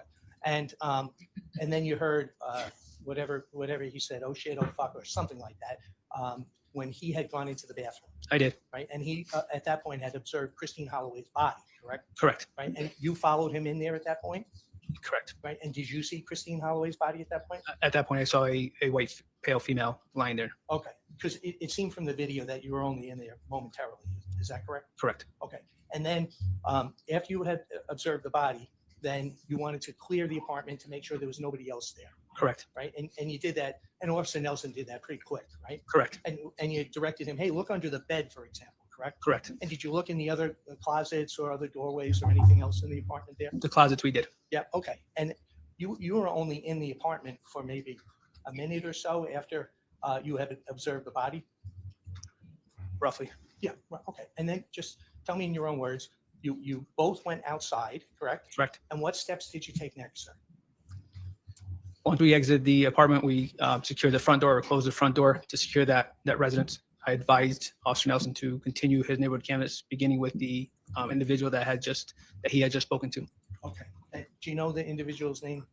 I don't off the top of my head. George O'Meara? Does that Yes, that rings a bell. ring a bell? Yes. Okay, right. And the address that you were at was 6.5 Myrtle. Mr. O'Meara's 6 Myrtle right next door. Okay. Yeah, okay. So then it looked to me like what happened was you had exited the apartment, Nelson's outside, and then Officer Paul Smith shows up. Yes, correct? it was on scene. Yes. Okay. And then Officer Smith, you direct him, Smitty, go ahead and conduct a canvass, correct? Correct. I did. Right. And you wanted to see if there was external cameras around I did. the area, maybe Cottage Street, correct? At that point, it was focused on Myrtle. But focus on Myrtle, sure. And that's standard protocol to go ahead and see if there's any cameras that picked up anything. Correct? Okay. And after that incident happened, that really wasn't the end of your day, though, was it? It was not. No. Okay. So I'll ask it to you this way, and you tell me if I'm correct. After you were at 6.5 Myrtle, then did you go to 105 First Avenue in New Haven? Later on that would be the next morning. Okay. So just so we're okay, it was Monday that you went on shift, 3 to Yes. 11, Yes. right? And now we hit midnight, now we go into Tuesday. Correct. Okay. And so now we're going to talk to you about Tuesday. Did you go over to 105 First Avenue in New Haven at that point, sir? I did. And did you go with anybody else? I did. Who was that? Present was Detective Sergeant Froelich. Yep. Detective Adcox. And off memory, that's who I have. Do you know who Michael Castillo is? Yes, he was a detective. He was a detective. Mhm. Did he go with you over there? I don't recall if he was there. It's okay. It's all right. What was your responsibility when you got to 105 First Avenue in New Haven, Connecticut, sir? My responsibility was to stand in the living room. Stand In the living room? in the living room? Yes. Okay. So, and you had never been there before? Never. Right? Correct. Okay. So you and other brother officers go to 105 First Avenue, and you were required to stand in the living room, Correct. okay? And did you secure that location? I did not secure that location. Your Honor, I'm going to start to object at this point. It is beyond the scope. I allowed some latitude, but I only offered this witness with regard to the activities that he conducted at 6 Murder. And he is now at a completely different time and place and day. As a matter of fact. Okay, You so can have him come back. Well, by having him come back as a defense witness changes the dynamic of the scope of the examination. all right, so you were questioning this witness relevant to his investigation into this particular missing persons call. So Attorney Gavin, if you want to just ask a question as to whether or not there was any additional investigation into a missing call, then it's within the scope of the cross-examination. If it's a completely different basis, then I'll sustain the objection, but why don't you ask the question before you do that? Thank you. Sir, when you wound up going to New Haven, was that part and parcel of the investigation that was being conducted with the other brother officers? Again, I think it needs to be clarified whether he was conducting an investigation or if he was standing by as a fly on the wall or just a support officer. Well, Attorney Stein, if this is part of his investigation while he's on the job and it was a continuation of his investigation at Myrtle, then I'm going to allow the continued cross-examination, unless it was something that was succinct and it was different and apart from the investigation that was conducted at Myrtle. I think his testimony to this point has been, Your Honor, that he was a patrol supervisor. He has now mentioned that the detective division is on site. They are conducting an investigation. He said he was standing in the living room. So the investigation is being conducted by other people. So in terms of what is happening, for what reasons, or any of those, it is now we are into a different part of the investigation. Okay, Attorney Stein, it sounds to me like he had a role. His role was to stand in the living room. So as far as I can tell, this is a continuation of his investigation. Before you ask additional questions regarding what happened at the was it First Avenue Street? First Avenue address, is that what you're asking? Why don't you ask him what happened immediately following his duties at Myrtle Beach, so I can make sure it's connected. If it's not connected, then I'll make a determination. We're gonna go slow, okay? Okay. All right. You're at 6 Myrtle, right? Christine Holloway is found in the bathroom at 6 Myrtle. Correct. Did an investigation by the Ansonia Police Department continue at that point? With the detective bureau, yes. Okay. Were you in the detective bureau? I was not. Okay. Tell me what you did in regard to the continued investigation. I stood by at the Myrtle Lab until some point they needed officers to go to 105 to assist with transporting Jose Morales up there. So my job was to assist the detective bureau. Okay, so you were assisting as part of the ongoing investigation at that point. You had just recovered, correct, a decedent in the bathroom, Correct. and the investigation was continuing. They were conducting their investigation. And you participated, and we'll go through what you did, Mhm. but you participated in that investigation. You didn't go off shift after being at 6 Myrtle. Is that I fair? did not go off shift, correct. Right? You continued. And I don't know. The court's going to find it's within the scope of cross-examination. It regards continuing investigation of the body and the disappearance, I believe, of the child. At this point in time, he did indicate he was assisting, and he did have a role. I'll allow you to continue, Attorney Gavin. Thank you. Thank you. So, Lieutenant, I'm going to take you now away from 6 Myrtle, and you traveled, I think you told us, to 105 First Avenue in New Haven, correct? I did. Okay. And did you go there with anyone? I do, but I do not recall who. Okay. All right.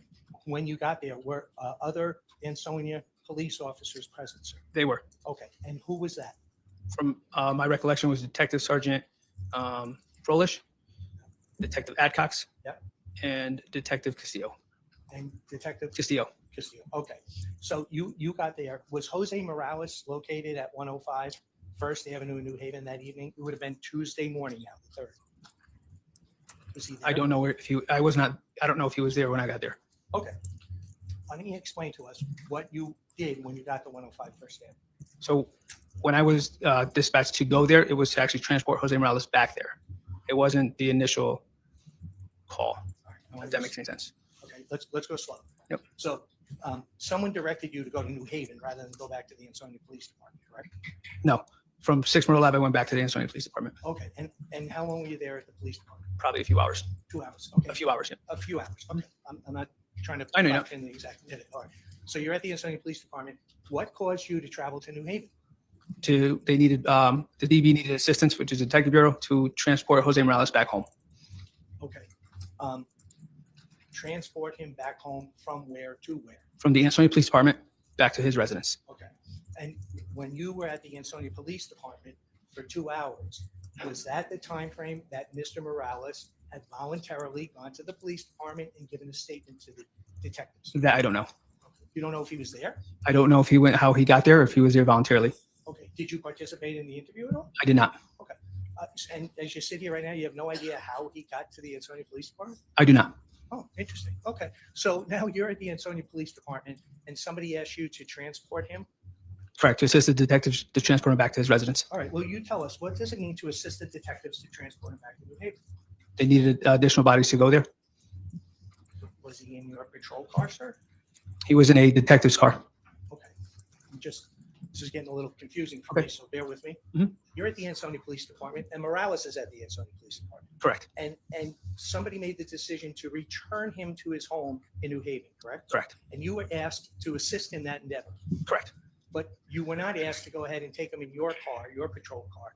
Is that correct? Correct. Okay. So you leave in your patrol car. Do you have anyone with you? I didn't leave in my patrol car. I was in the detective's vehicle. Okay. All right. You're in the detective vehicle. Which detective's vehicle were you in? I don't recall. All right. Okay. Was Morales with you? I don't believe so. Okay. So We took two cars. two cars. Okay. So there were multiple detectives involved at this point. Is that fair? Correct. All right. Okay. So now it's Tuesday, early in the morning, and you leave the Ansonia Police Department in one vehicle, detectives leave in another vehicle, and you head to New Haven. Is that correct? Correct. Okay. And when you get to New Haven, were you aware of the fact that that's Morales's parents' house? I was. Okay. All right. Now let's go slow. You get out of the vehicle in New Haven. As part of the investigation, what was your responsibility, sir? Besides being there, I didn't have a direct responsibility to do anything in particular. Just stay with me for a second. Mhm. DB, Detective Bureau, Yes. individuals asked you to go to New Haven. Correct. You're over your shift. Your shift would have ended at 11 o'clock at night. Correct. Now it's all the way Tuesday morning, At some 5 point. o'clock in the morning, something like that? Something Around that time. around that time. Okay. So now you go there and you don't have any responsibility? Correct. I don't have a direct responsibility to do a certain thing for the investigation, except to be present. To be present. Okay. Did you go into the house? I did. What did you do in the house? I stood in the living room. Okay. Did you talk to anybody? At some point while I was there, I spoke to somebody. Who did you talk to? I spoke to Jose Morales. Okay. The defendant? Yes. Okay. You spoke to him? Yes. Your body cam on? I believe it was. Okay. And how long did you speak to him? I don't recall how long it was. Okay. Did you speak to anybody else? Not that I could recall. Did you speak to his mom, Lydia De Jesus? Again, not that I could recall. Do you recall speaking to stepfather, Marcos Garcia? Not that I recall. He was not under arrest at that point. Correct. He was not. Absolutely, right? They voluntarily allowed you to come into the house, correct? Correct. Okay, being cooperative with you, correct? Correct. How long were you at the house? Several hours. Okay. Did you just stand against the wall for several hours? I mean, it sounds At one point, I sat at the kitchen table. okay. You sat at the kitchen table. Okay. And then you left and you went where? Back to Ansonia PD? I'm assuming back to the Ansonia Police Department. If you don't recall, I don't recall. you don't recall. Okay, but at some point, it would be fair to say that you left New Haven. Correct. Okay, all right. And then on about 11 o'clock on Tuesday, you left. Okay. Right? You had left, right? Around 11 o'clock on Tuesday, Judge Pearson had signed a search and seizure warrant for 105 First Avenue. I'm going to object now. Again, it is way out. In fact, not in evidence. I'll withdraw.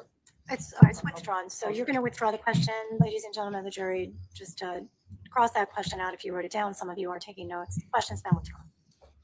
After you left on the morning of Tuesday, December 3rd, 2019, did you ever return to 105 First Avenue, sir? No. You never went back there? From the time I left, I did not make my way back there. No. Okay. Well, let me ask you this so we're on the same page. Do you remember what time it was that you left? I don't recall the time I left. Okay. Was it the afternoon? Was it late in the evening? I would say later in the afternoon. Later in the afternoon. Did you assist in the execution of a search and seizure warrant? Same objection, Your Honor. I'll allow the answer. I'm sorry. You can answer. I did, You did. Okay. And what was your responsibility in the execution of the search and seizure warrant? to assist with the search. Okay. And tell us in your own words, what'd you do? I searched, from my recollection, the basement bedroom. Okay. in the basement of 105 First Avenue. Correct. Okay, and anybody assist you in that endeavor? There were other detectives there, yes. Okay, and they were searching that area as well? Correct. Okay. Did you recover any evidence at that point? Not that I recall. Was there an evidence officer there in case somebody recovered something that it would be turned over to the evidence officer? That would have been the detectives. That would have been the detectives. Okay. And your recollection as you sit here is you didn't find anything that you turned over to those Correct. detectives? I don't recall that. Thanks. I have no other questions. Thank you, Your Honor. Thank you. Any redirect? No, Your Honor. All right, you're all set. You may exit for the stand. Thank you. All right, why don't we take our afternoon break? All right, so I'm going to allow the jury and staff a 15-minute recess. So we will be in recess for 15 minutes. Please remember your ongoing obligation and instructions that I gave you earlier. Court stands in recess for 15 minutes.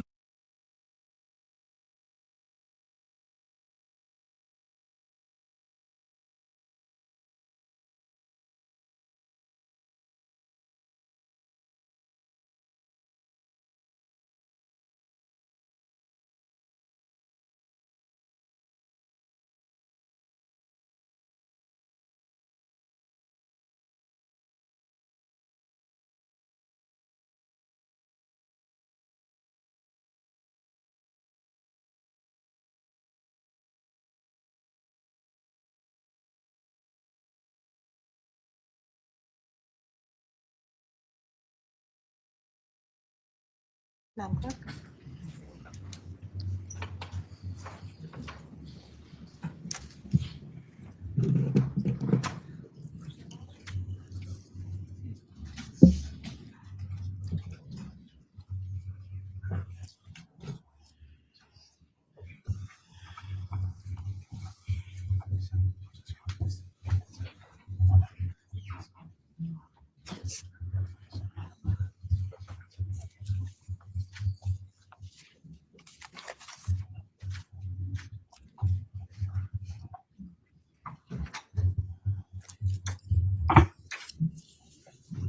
Thank you. You may be seated.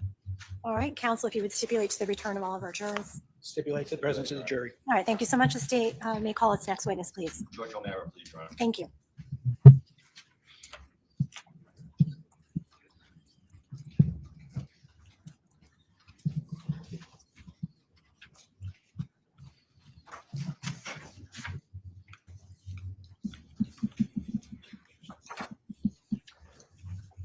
Good afternoon, sir.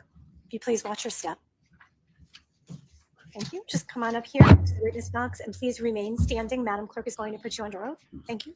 Please raise your right hand. Do you solemnly swear or solemnly and sincerely affirm, as the case may be, that the evidence you shall give concerning this case shall be the truth, the whole truth, and nothing but the truth, so help you God or upon penalty of perjury? I do. Please state your full name, spell your George. last name, and state your address for the record, please. George O'Mara, O''Mara, 6 Myrtle Avenue, Ansonia, Connecticut, 06401. All right, thank you, sir. You may be seated.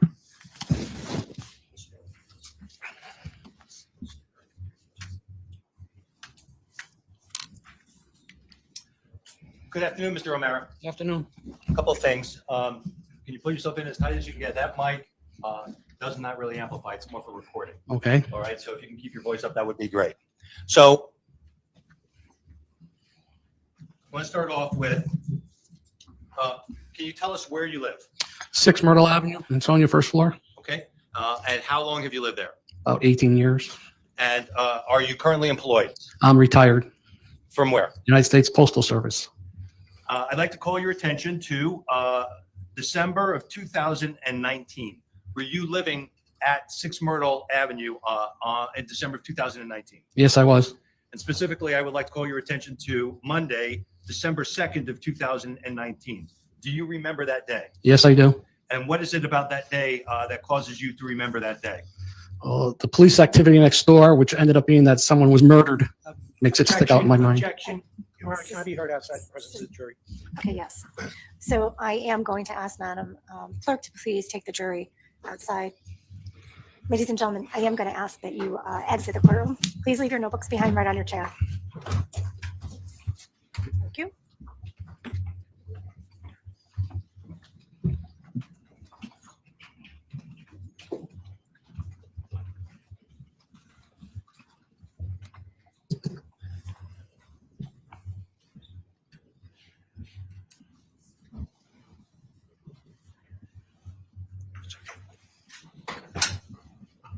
All right, Attorney Galvin, the jury has exited. I'll hear your objection. May the witness be excused, please?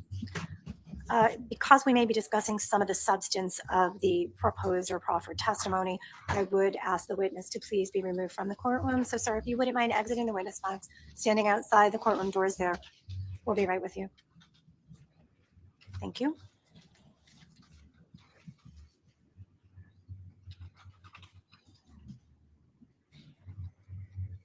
All right, witness has been excused from the courtroom. Attorney Galvin? Yes, thank you. That was egregious misconduct, Your Honor. For that witness not to be prepared and not told, not to offer an opinion in regard to a crime, he just testified in the first minute he was on the stand that he was aware of what happened because a murder was committed. That's grounds for mistrial, and I'm moving for a mistrial. The state has an obligation to advise their witnesses that they cannot go ahead and offer an opinion in regard to the ultimate issue here. That was mind-boggling at this point in the proceedings after. I take extreme umbrage to even the categorization that somehow Mr. O'Mara was coached in some way by the state. It's insulting by Attorney Gavin, who knows me better than that. To that extent, in any discussion that I had with Mr. O'Mara, I asked him how he remembered that date, and he told me that was the day that the lady got killed next door. Those were his words to me. The fact that he has used different words on the stand certainly were not at the request of the state. And to the extent that Attorney Gavin has called more attention to it than anything further, I think strictly the request should have been to strike the witness's answer, and I would have re-asked the question that led away from the offending statement. But so far as anything from the defense to suggest that the state solicited that answer is unfortunate. Your Honor, I'm not suggesting that they solicited. What I'm suggesting is that's their witness, and they have responsibility for the witness's testimony. And they should have cautioned this gentleman, who obviously has an agenda here. He's been on the stand for less than a minute claiming that a murder was committed. I am not suggesting that Attorney Stein or anybody in the state's attorney's office coached him to go ahead and say that. I want to make sure that that's clear. But we can't unring the bell at this point, that's for sure. Thank you. All right, so I do not believe that there was any deliberate conduct on behalf of the state, so any misconduct on behalf of the state, Attorney Gavin. So what we're dealing with here is a witness who made a statement that he recalled that date in question because that was the date that a woman next door, I believe he stated, was murdered, okay? So that's the statement that we're dealing with. And I understand that you believe that is an opinion on the ultimate issue, and on its face, of course, it is an opinion on the ultimate issue. However, at this stage of the game and with this particular witness, I believe that a cautionary instruction is sufficient. I believe cautioning this witness not to answer any question more indirectly than the direct response required. I would also ask the state to pose any additional future questions so as to avoid any problems such as the one that we just encountered. Obviously, the jury is going to be instructed that they're the ones to decide the ultimate issue in this case. The court has and will continue to instruct the jury as to their role, as to their finding of facts, and as to the law that applies in this case. Relevant to those instructions will obviously be the fact that anything that the court has stricken is to not be considered evidence in this case, and that they are the ultimate trier of facts in this particular lawsuit. Now, relative to the witness, I know it's difficult to reach into someone's mind, but the court, in assessing the witness here, with the understanding that this witness is going to testify about a neighbor and the death of that neighbor, I don't know that the witness intentionally referred to that death of a neighbor as a murder, as opposed to something other, such as the death of a neighbor. So I can't sit here and state with any certainty that that statement was intentional and that that statement was to prejudice the defense and that the witness came in here with an agenda.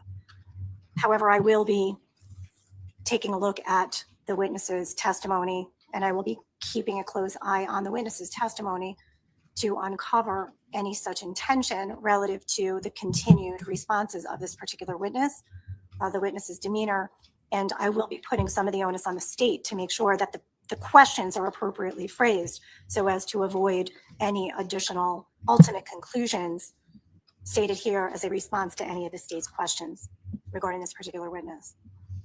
So we're going to, do you wish to be heard any more? Attorney Your Honor. Gavin? All right. So it was one statement. It is something that I believe the court can cure. I don't find any intentional misconduct on behalf of the prosecution. I've weighed the remedies, and we only render a mistrial usually in the most extreme cases. In this particular instance, I will make sure that I adequately instruct the jury. I'll instruct the jury right now. I'll instruct the jury following the testimony. If you want me to remind the jury, Attorney Gavin, I'll leave that up to you. And I will also provide an instruction in my final charge to the jury. Okay. All right. So your request for a mistrial is denied. Your objection is sustained. I will strike the portion of the response that the witness gave regarding the question that was asked. In fact, I will strike the question in its entirety, and I will strike the response in its entirety, and I will hope that the state can fashion a question that will elicit an appropriate response. Well, I will report to the court. The note that I have, that I read from, was the woman next door was found dead. That was the response that I was expecting from the person. Attorney Gavin, would you have any objection to the state just leading the witness through one or two questions to get us to where the state needs to be without any additional prejudicial statement being placed on the record by the witness? Judge, I think if we close attention to the day that he's familiar with, what he did or what he said or what he saw is appropriate. I think anything far afield.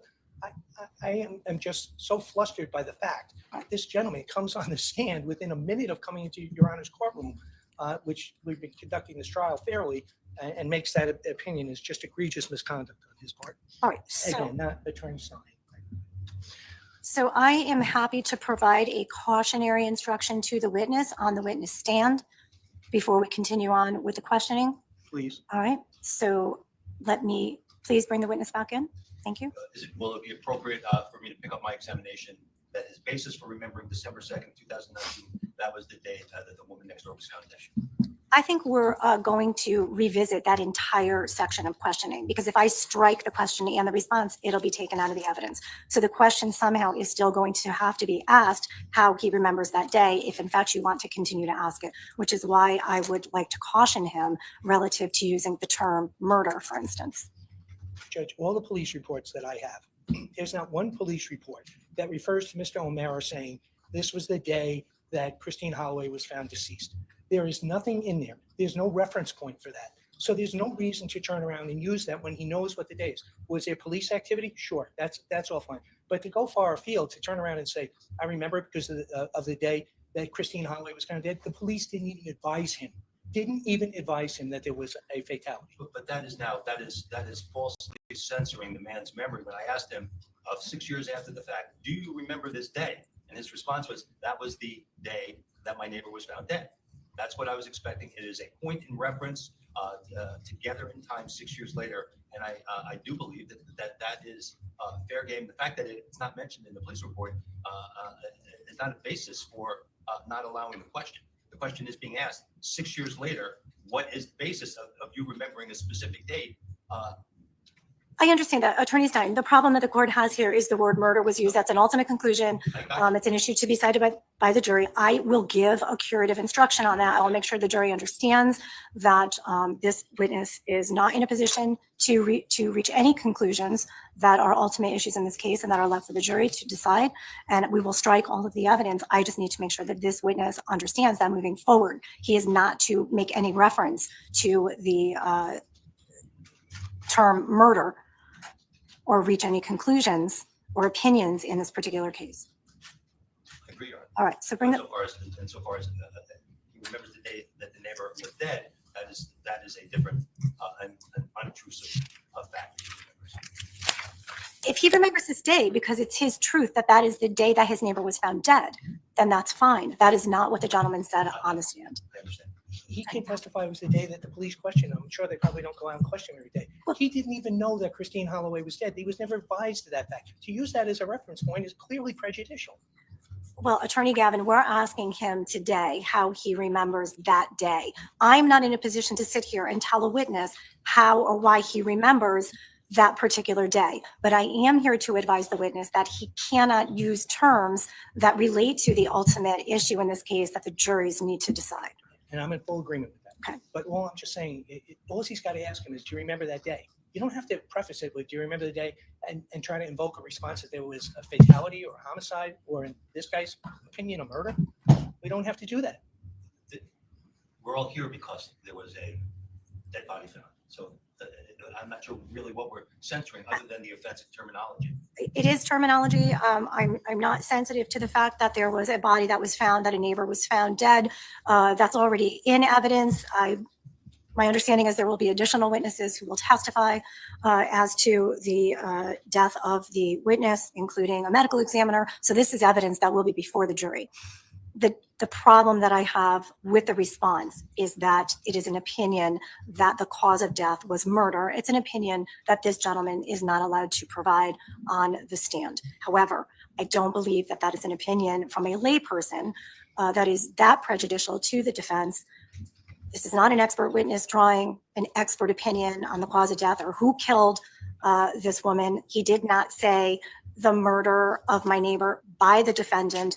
I think he inappropriately used a term that probably many people use in everyday situations when they discuss someone who was found dead in a house and they know there is a police investigation that is ensued and that there are charges pending against someone. So I think he inappropriately used it. I don't know, if, as I stand here, whether or not it was intentional, but he did not identify any opinion as to who committed the murder. He will not be asked any opinion as to who committed the murder, I'm assuming, correct, Attorney Stein? I'm sorry, Mr. He will not be asked any questions as to any opinion as to who caused the death of the neighbor. Certainly not by the state, Your Honor. All I right. can't speak for Attorney Gavin. All right. So I just want to make sure that we're all clear. So basically what the court has in front of it is inaccurate terminology. It cannot be used by a layperson on the stand. I am going to correct that, but I am going to caution the witness first, and then I am going to speak to the jury. Okay. So the objection is sustained. The motion for mistrial is denied, and we'll bring the witness back in.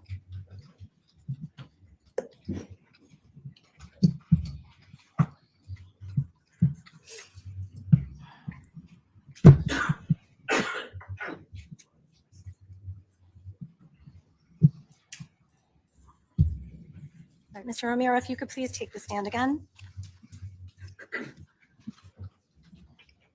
Thank you. You may be seated. All right, so Mr. Romero, I just first want to remind you that you remain under the obligation of your oath. The response that you provided, which included the murder, so the term murder of your next door neighbor, is inappropriate because laypersons are not allowed to testify as to the ultimate issues that the jury needs to decide.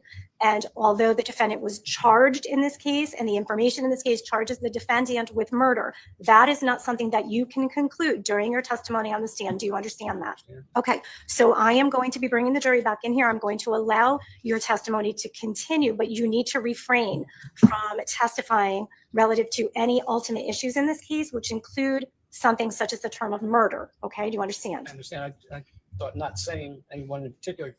Right, and we're not going to do that either, and I'm Right, glad that's that what you we- didn't do that, or else I'd be dealing with more of an issue, Right. okay? Yep. So what's going to happen is when the jury comes back in, I am going to be striking the question and your response and telling the jury not to consider it, and then Attorney Stein is going to continue his examination, all right? All right, thank you. But please keep that in mind, Yep, it's very I important, will. okay? All right, Yes. thank you so much. Anything further from counsel? No, Your Honor. All right, so if we could please bring, Madam Clerk, please bring the jury back in.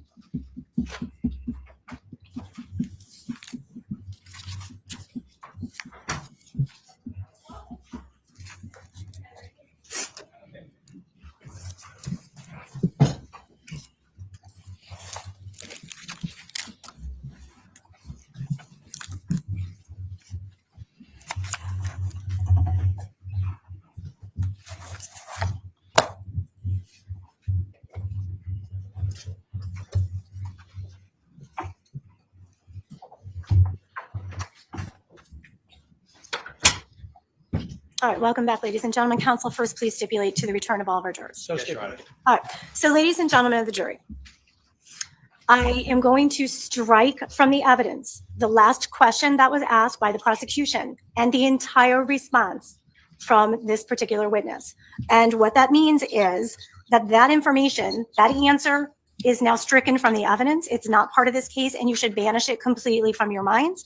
You may not consider it in deciding the issues in this case. All right. Part of that response included an ultimate issue, which is to be decided by you, the jury, at the end of this case upon instruction from the court. So that is the reason why I'm striking that entire response from the evidence. So you are to banish it from your minds. You are not to consider it. If you wrote down a note regarding that question or that answer, please open your notebook right now and banish it from your notes as well, so that you no longer can reflect upon it.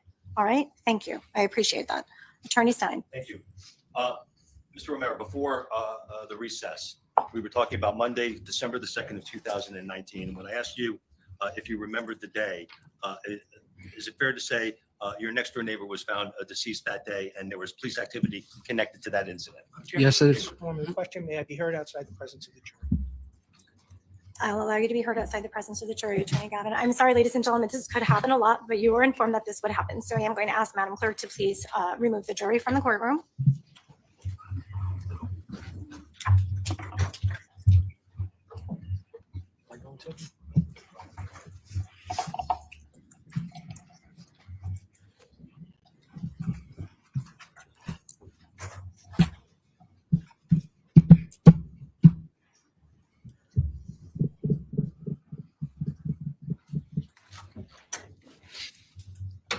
Attorney I Gavin. thought the court was very clear that we weren't going to go ahead and question this witness and use the homicide as a reference point, which is a leading question that as soon as the jury came back in, that the state asked. So Attorney Gavin, I understand that. It was terminology. So it was murder as opposed to that was the day that my neighbor was found deceased. Now, if you want to object to the form of the question, okay, all right. So it is a leading question. But I'm not going to sustain an objection to the question being asked if, in fact, that is the reason why this witness remembers that date. This jury has to assess this witness's credibility. There has been quite some time that has passed since this particular incident and the day that this witness is taking the stand. If there is something that is specific that reminds him of that day, he cannot sit here and falsify on the stand. If the question's asked, he needs to accurately respond to the question. There's a big difference in responding to that question relative to murder. My neighbor was murdered, which draws an ultimate conclusion, and my neighbor was found deceased that day. I mean, a neighbor can be found deceased for many reasons. If that's why he remembers that day and that aids in the jury's assessment of his credibility, I have to let the state ask the question. It's just the response that was provided sparked an issue. I have now fixed that issue relative to the terminology that was used in the response. So that's where I stand on the being able to ask the question. It is leading. If you prefer the state go back to an open-ended question, a non-leading question, then I'm sure the state will comply with that. And I believe the witness now understands what it is the witness cannot state on the record, and that is anything having to do with an ultimate conclusion on the issues presented to this jury. Judge, the inherent problem I have is that this witness is being questioned in regard to his discussions with the police department as part of their investigation, which is fine. They're absolutely allowed to do that. This gentleman had no knowledge whatsoever that there was a decedent found in the adjoining property.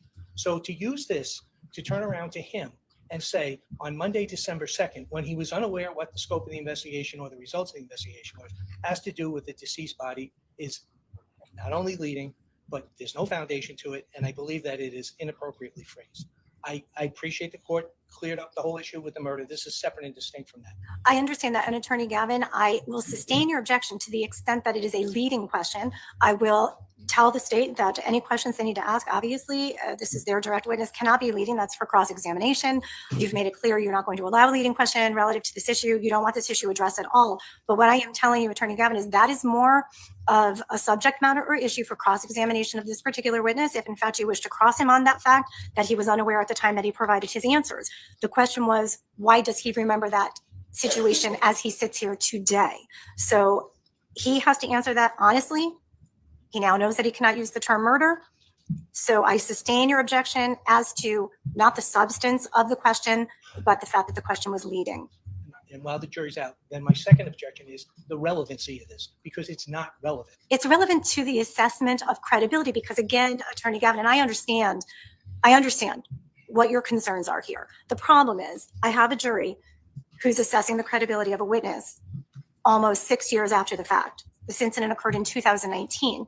The state has to be afforded an opportunity to establish the accuracy of the witness's memory of that particular date. So if there is some reason why this witness is holding on to his memory from that particular date, then it is relevant towards establishing the credibility of this particular witness.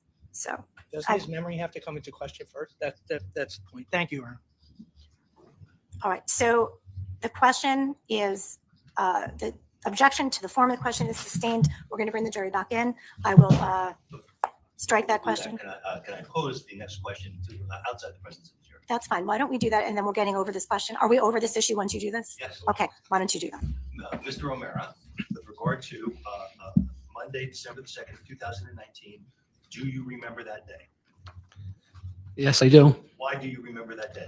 The amount of police activity in the neighborhood was extremely high and unusual. That's fine. And was there any other reason? Just the unusual circumstances in the neighborhood. And like I said, the police presence. That's fine. All right, I want this witness to testify accurately and truthfully. I'm not trying to shut down his testimony. I am trying to limit the terms that he's using in describing why he remembers that day. Mr. O'Mara, are you referencing this time frame due to the fact that something happened to your next door neighbor? Yes, And that was associated with the police activity? correct. Is that why you remember this event? Yes. That's what I would claim, Your Honor.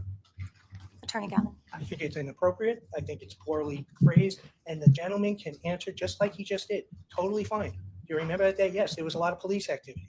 You don't All right, have to so- go into anything other than that. Here's what I'm going to do. I'm going to instruct the state, just ask that one question. Don't follow up with any leading questions. This witness will respond the way that this witness wants to truthfully respond under his oath here on the stand. And we're going to move on from there. Okay. All right. So we'll bring the jury back in.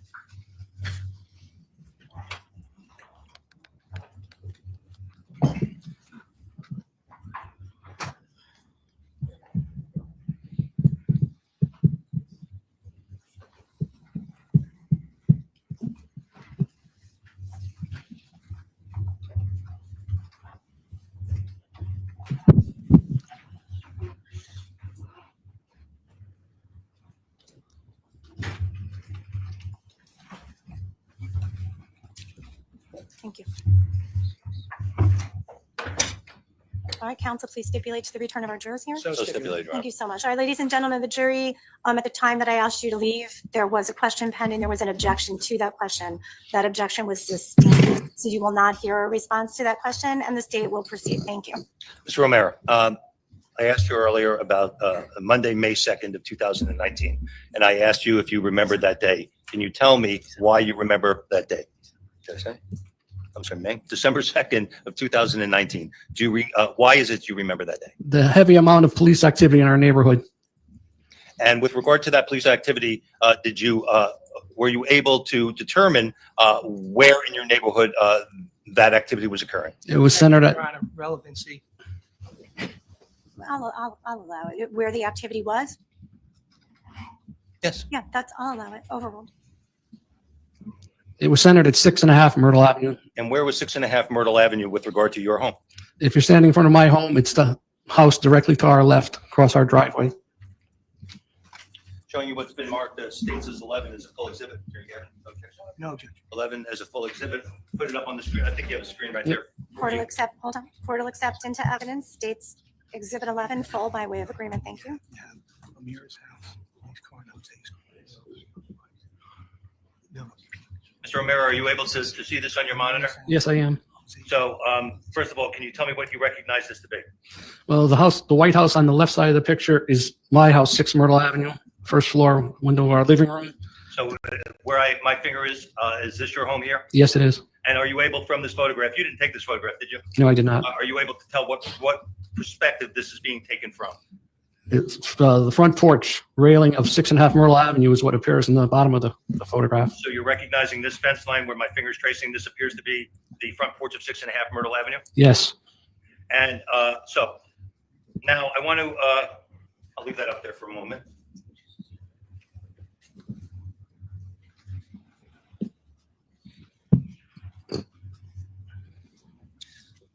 So you mentioned police activity at that location.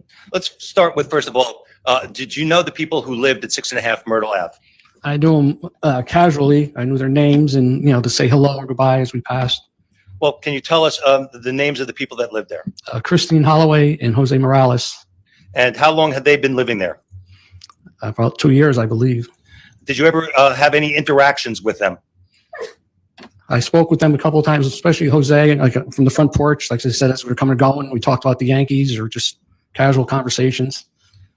And with regard to Christine Holloway, what kind of interactions did you ever have with her? Very few times, like I said, coming and going. She'd be leaving, I assume, for work or whatever, and I would wave or say hello, and we'd go our separate ways.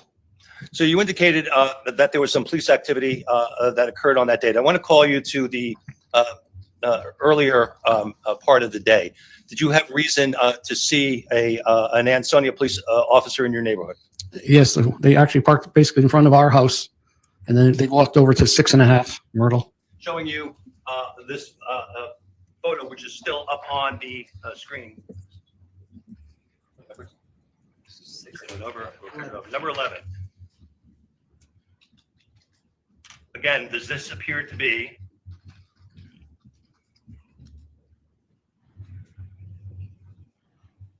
an Ansonia police car in front of your home? Yes, it does. And at the time, what observations, if any, did you make about the Ansonia officer when you saw the car in front of your home? Just curiosity of what was going on, if it was a problem with the winter parking regulations that just started, or just what was going on. Okay. So you noticed the officer, and what did you see the officer do? He walked up the ramp leading to 6.5 Myrtle. And at the time that you saw the officer walk up to 6.5 Myrtle, did you make any observations about any other cars on the street? Well, across the street, I saw the car, known as Jose's, and there was a black car behind it, parked in front of the house directly across from there. So depicted in the right-hand side of this photo, which is, I believe, Exhibit 11, I'm sorry. There is a gold-colored car. Do you recognize that car? I recognize that as Jose's car. I see him come and going. So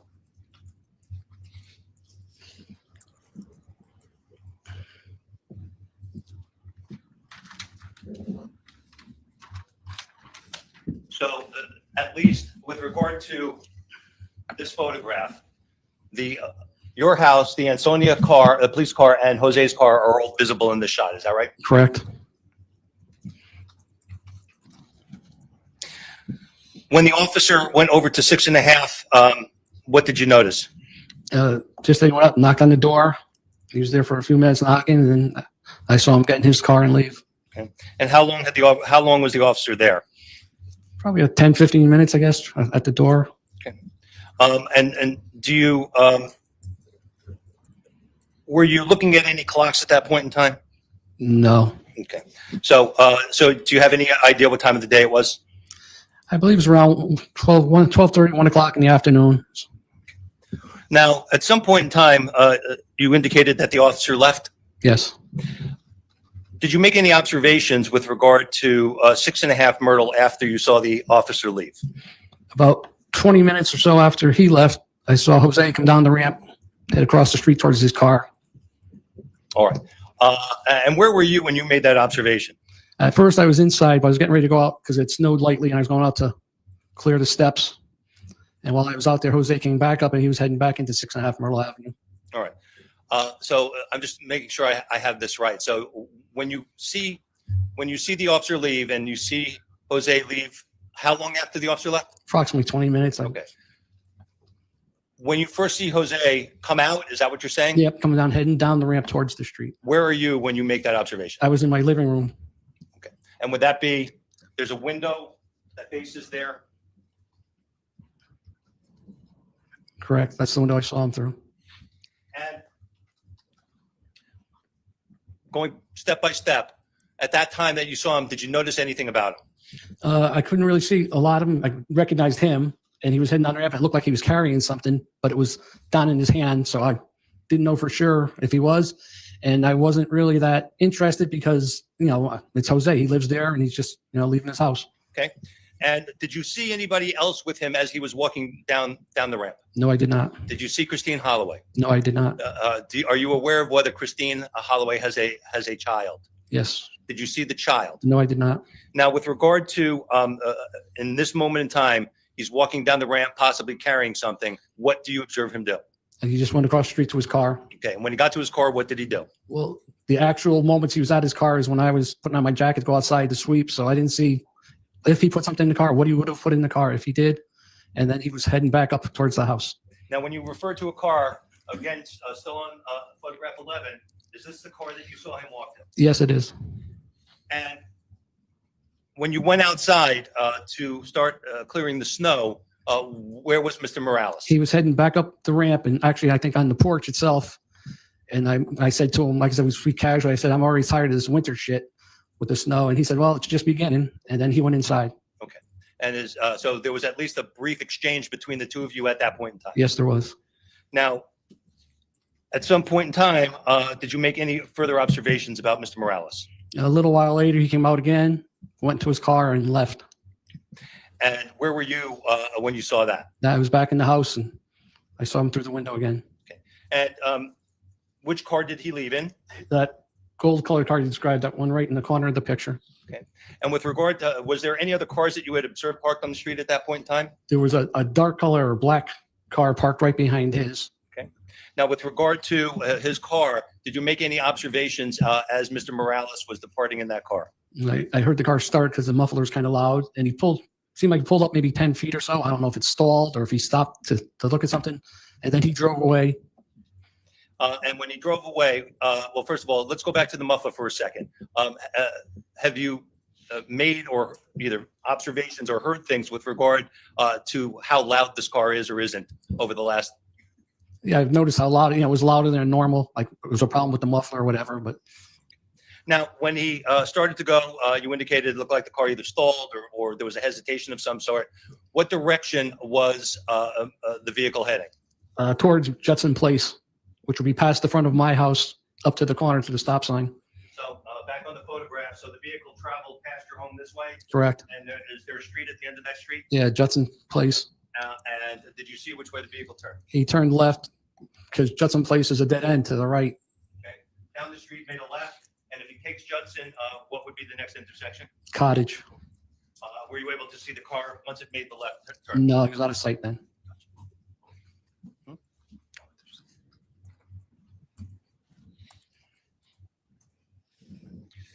Did there come a point in time on this date where anything else that you noticed, anything else happening on Myrtle Ave? Yes, as I said, heavy police presence. A police officer from Ansonia came over and talked to us again later that evening, asked if we had seen anything.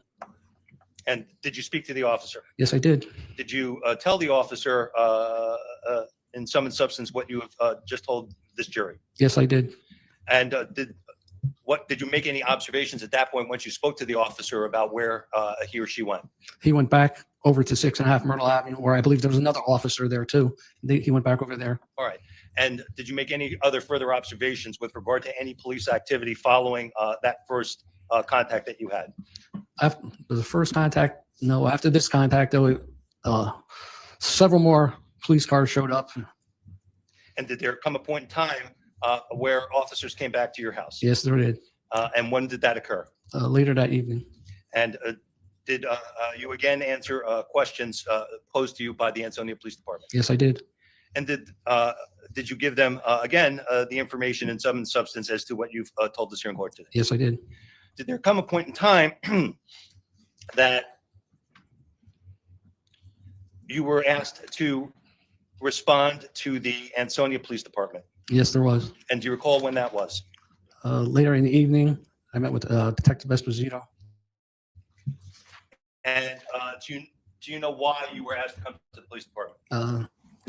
To go over my statement with him again, and then he showed me photographs for identification purposes.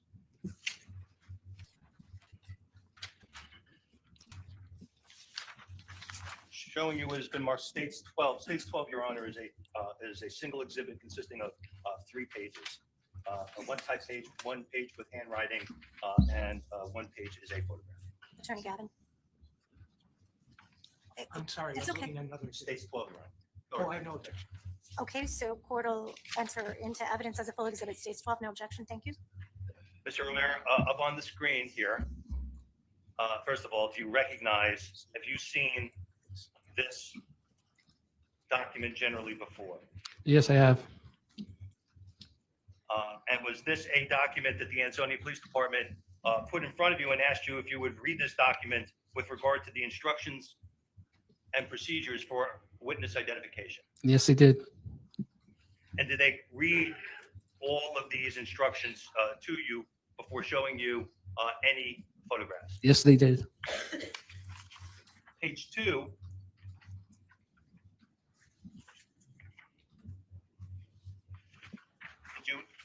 Did they indicate at the top of page 2 that you acknowledge the above instructions have been read to you by Detective Esposito and you fully understand the instructions? Yes. And did there come a point in time that they showed you 8 separate photos, one at a time, and asked you if you were able to identify the person that you knew was Jose, who lived next door to you at 6.5 Murder? Yes, he did ask that. And did you look through each of the photographs? Yes, I did. And did there come a point in time where you stopped and identified a photograph of a person that you know as Jose Morales? Yes, I did. Showing you page 3. Page 3 of this exhibit, does this appear to be the photograph that you recall? Yes, it does. And did they ask you at the bottom to verify that this is the photograph that you have selected? If I can get a focus for you. Yes, they did. They explained that to me, and that's my signature. There are 2 signatures here. Can you indicate which one is yours? The one to the right where it says witness signature. Okay. And that the box is checked. Here, this photo contains suspect, and they ask you to, using your own words, how certain you are, Right. I did. and then showing you back on page 2 of this exhibit. Did you write this in your own words, Yes, I did. that you identified photo number 7 of the 8, and that you were 100% certain that photo 7 is the person I saw and knew as Jose at 6.5 Myrtle Avenue? Right. I did write that, and that's my signature on the bottom.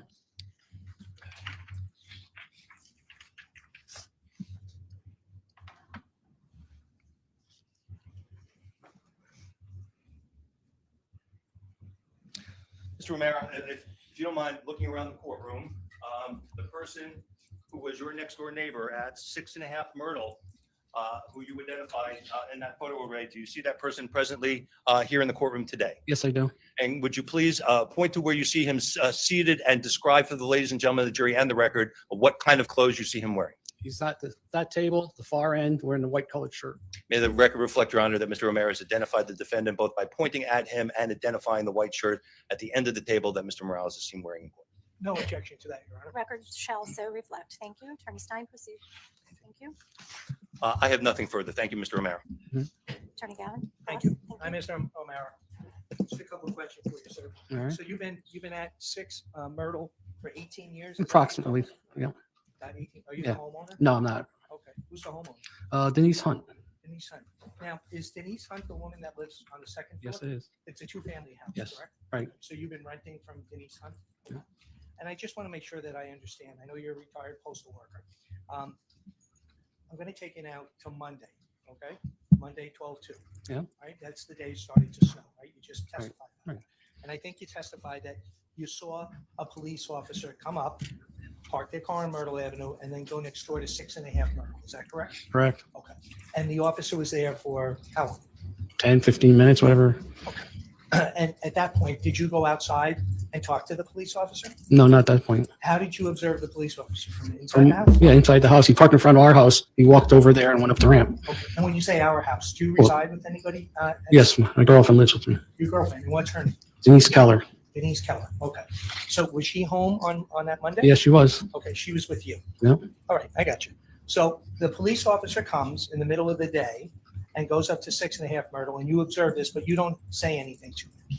To the officer, no. Right. Okay. And then I think what you told us was that after that, that you had an opportunity to see the man you just identified as Mr. Morales. Right. Right? And your testimony is that he left the house after the police officer left. Right. Is that fair? Yep. And what time about that was that? 1:30. I don't know. In the gym, right. It wasn't nighttime. It was still light out, correct? Right. Had it started snowing yet? Yes, it had because I went out to clear the snow off the steps. Okay. Had it just started snowing? You were going to clear off the Yeah. walkway? Yeah, I'm a little nuts about that. That I clear off Okay. several times during the storm. Sure. Yeah. Hopefully not anymore this year. You never know. All right, Mr. Omar. So you testified that you saw Mr. Morales leave 6.5 and go over to his car, correct? Right. Okay. And I thought I heard you say that you thought he was carrying something. Right. Okay. What was he carrying? Like I said, I could not see it. The railing is fairly high. It just, the way he was moving, it looked like he had something in his hand. Was it a big object like this? I couldn't really see, the details. Once I saw it was Jose, like in my mind, it's, it's his house. He can come and go as he pleases. So I didn't really pay a lot of attention to what he was carrying because, that's because you knew him and you had conversations with him, correct? in the past, casual conversations. Like you told us, how the Yankees do today, right? Yeah. Okay. Now, so the fact that you saw him walking out of the house at that point was nothing significant to you Right. because he resided there, Right. right? Okay. And I think you told us that you didn't really have much of a relationship with Christine Holloway other than to wave or say hello. Is that Correct. You had more of a relationship with Mr. Morales. Right. Shoot the breeze as neighbors. Is that fair? Right. Okay, good. So he leaves, he goes to the car, and then did he go back into 6.5 When he Myrtle? went back is when I spoke to him about the weather. Okay, so let me just go slow. You were getting your jacket on because you were going outside. You saw him walk towards the car, Right. correct? You put your jacket on, you went outside, and did you talk to him on the way back into the, Yes, he was heading back into the house at that time. okay, and that's when you talked to him? Right. Okay, and then he went into the house? Yes. Okay, great. And then you stayed outside? No, I was just, it was a light snow at that point, so I swept up quick. And like I said, I was probably out there 4 or 5 more times. So, Okay, waiting as the snow accumulated. Yeah, all right, that's fine. So you went back inside, and did you converse with Mr. Morales when he left the house the second time, sir? no, No, okay. And that's when you said you heard the car with heard the car start. Yep. And It was a little louder Yeah. because of the muffler? Yeah. Okay, and when he went and left the apartment, did you see him carrying anything the second time? I didn't notice him carrying anything the second time. No. Okay. And then you told us, I think you told us, I want to make sure, that evening, Detective Richard Esposito came to talk to you, correct? He came, I did speak with him, but I spoke to another officer. I spoke to several people. So, Yep. Let's go through it real slow, okay? Yeah. So now I'm going to take you towards the evening hours. It's dark outside, okay? It's still snowing, right? It's still Monday. Did a police officer come and knock on your door by the name of Officer Nelson and ask you if you had seen anything that day in the neighborhood?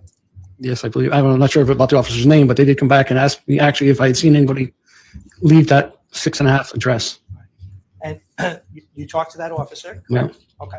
And then the snow continued. And am I not correct that that night on Monday the 2nd, the officer came back a second time to talk to you? Right. Like I said, they came several times. Once I had spoken to him and said I saw him leave the house. I want to just go through that so that I understand. Is it your testimony that multiple officers during the course of the night came to you? To be honest with you, I couldn't tell you how many officers came to me. I spoke to the police, and then eventually I talked to Detective Esposito, their names, and in between, the timing. Okay. I know it was 5 years ago. I understand that. You testified that evening you went to the Ansonia Police Department and you looked at the photo array that was just marked as Exhibit 11. I believe that was the next evening when I finally met with Detective Esposito down at the station. Okay. I have to look at the form and check the tape. I believe that was the next night when I actually got to that point. If you had told us that it was the evening of the 2nd, now you're saying it's Oh, the evening. then I misspoke. It was the evening of the 3rd, I believe, that we actually got, that I was down at the police station. Oh, okay. So let's just go slow so we don't confuse it. So the police officers came on Monday the 2nd and you talked to them, Right. right? And there was a police officer that came at least 2 occasions, correct? Right. You don't know his I'm name not sure if it was the offhand. same officer both times. Because I saw the first officer come when he came over and spoke to me. When it was the second time they came back, when I said I saw him leave the apartment, and then after that, there could have been several officers that came because, like I said, it got crazy then with all the police and But you weren't involved in the craziness with all the additional police coming, correct? No. No. And do you know a fellow named Jose Bourdet? I know other Jose's. The last name I'm not sure about. The neighbor across the street? Okay, there is a Jose that lives directly across the street from me. Yeah. I wasn't sure of his last name. That's okay, right? And his wife, Anna? Yeah. Yeah, okay. So when you were talking to the police officers the second time, when they came back to you, isn't it correct that Mr. Bourdet came over and joined the conversation with you? I don't remember him coming over at that time, but Okay. Now, let me ask you this. The homeowner, Denise Hunt, Right. Did she come down? Was she interviewed by the police officers? Do you know? I have no idea. My recollection is, and you tell me if I'm wrong, but my recollection is that you were talking to the police officers and Miss Hunt was standing right next to you. Okay, if that's what you say, but like I said, when I talked to the police officer, I was speaking to the police officer, told him what that I saw him leave. And if Denise was down at the time, then she was there, but That's all I'm trying to confirm with you. When you were talking to the police officer the second time, Ms. Hunt came from the second floor and she joined in that conversation. Is that correct? not that I remember, but I was talking to the police officers. That was what I was focused on. I respect that. I understand you were talking to a police officer and they were doing an investigation and you wanted to be cooperative with the police, right? Right. Okay. All right. Yeah. You're a retired postal worker, right? Okay. Do you recall ever seeing Denise Hunt down? I'm going to object, Your Honor. It's been asked 3 times. His recollection is he does not Overruled, you recall. can ask the question. Thank you. Do you recall Denise Hunt being down there with you when you were talking to the police officer? No, I don't, but that doesn't mean she wasn't there, but she could have been standing on the porch the whole time. It's her porch. Sure. Sure, she owns the house. Yeah. Right? Okay. So now you testified that Detective Richard Esposito made contact with you, correct? Correct. Did you know him prior to that evening? No, I did not. Okay. And is it your recollection that that was the following day, Tuesday, that Detective Esposito came? and I spoke? believe the day I went down and signed the identification was Tuesday the 3rd. Tuesday. If I had spoken to Detective Esposito that night, like I said, several officers were in and out, and then maybe said, tomorrow we'll get together and go over your statement. But Terrific. So would you agree with me that what happened was the following day on Tuesday, you went down to the Ansonia Police Department. I could show you the exhibit. I will if you want. But that was December 3rd that you went. I down believe there. that they assigned this, identified the picture and signed, I believe was the 3rd. Right. And there was no doubt that that was Jose Morales. Not in my mind. No, you've known him for a couple of years, correct? Right. Okay. And when Mr. Morales came out of the apartment, he wasn't trying to hide from you. He had a conversation with you, correct? Well, he had the conversation as he was heading into it, but no, he wasn't prepared to be hiding from anybody. You didn't see him run back into the apartment or something like that. No, he walked up to, Had you ever had occasion to call the police regarding your neighbors, Christine Holloway and Jose Morales, at No. any time? no, I did not. I have no other questions. Thanks for your time. Thank you, Ryan. Thank you. Any, Nothing further, Your Honor. all right. So, Mr. O'Meara, you're all set. Please watch your step as you exit the witness stand, okay? Thank you.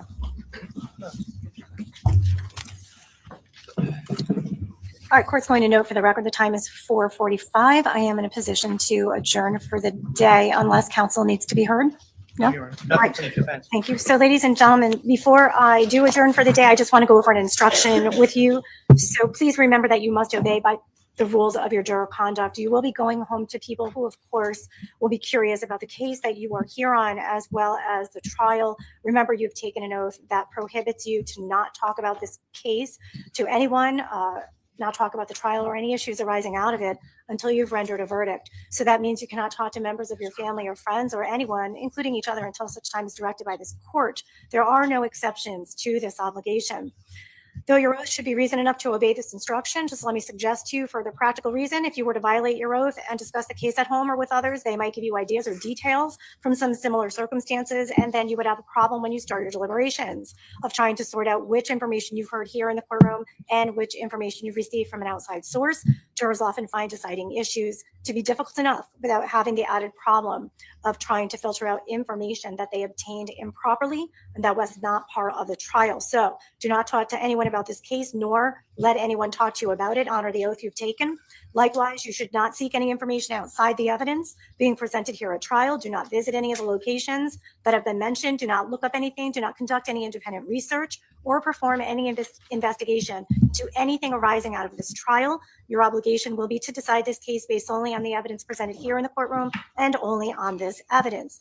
Now, there is media coverage of this case. I warn you of that media coverage because many times we are likely to go home and turn on things such as the news or hop on our social media platforms. Your obligations here in this matter are extremely important. I do ask you to respect your oath and do your best to avoid all publicity or attention or information about this case from any source, including the media or social media.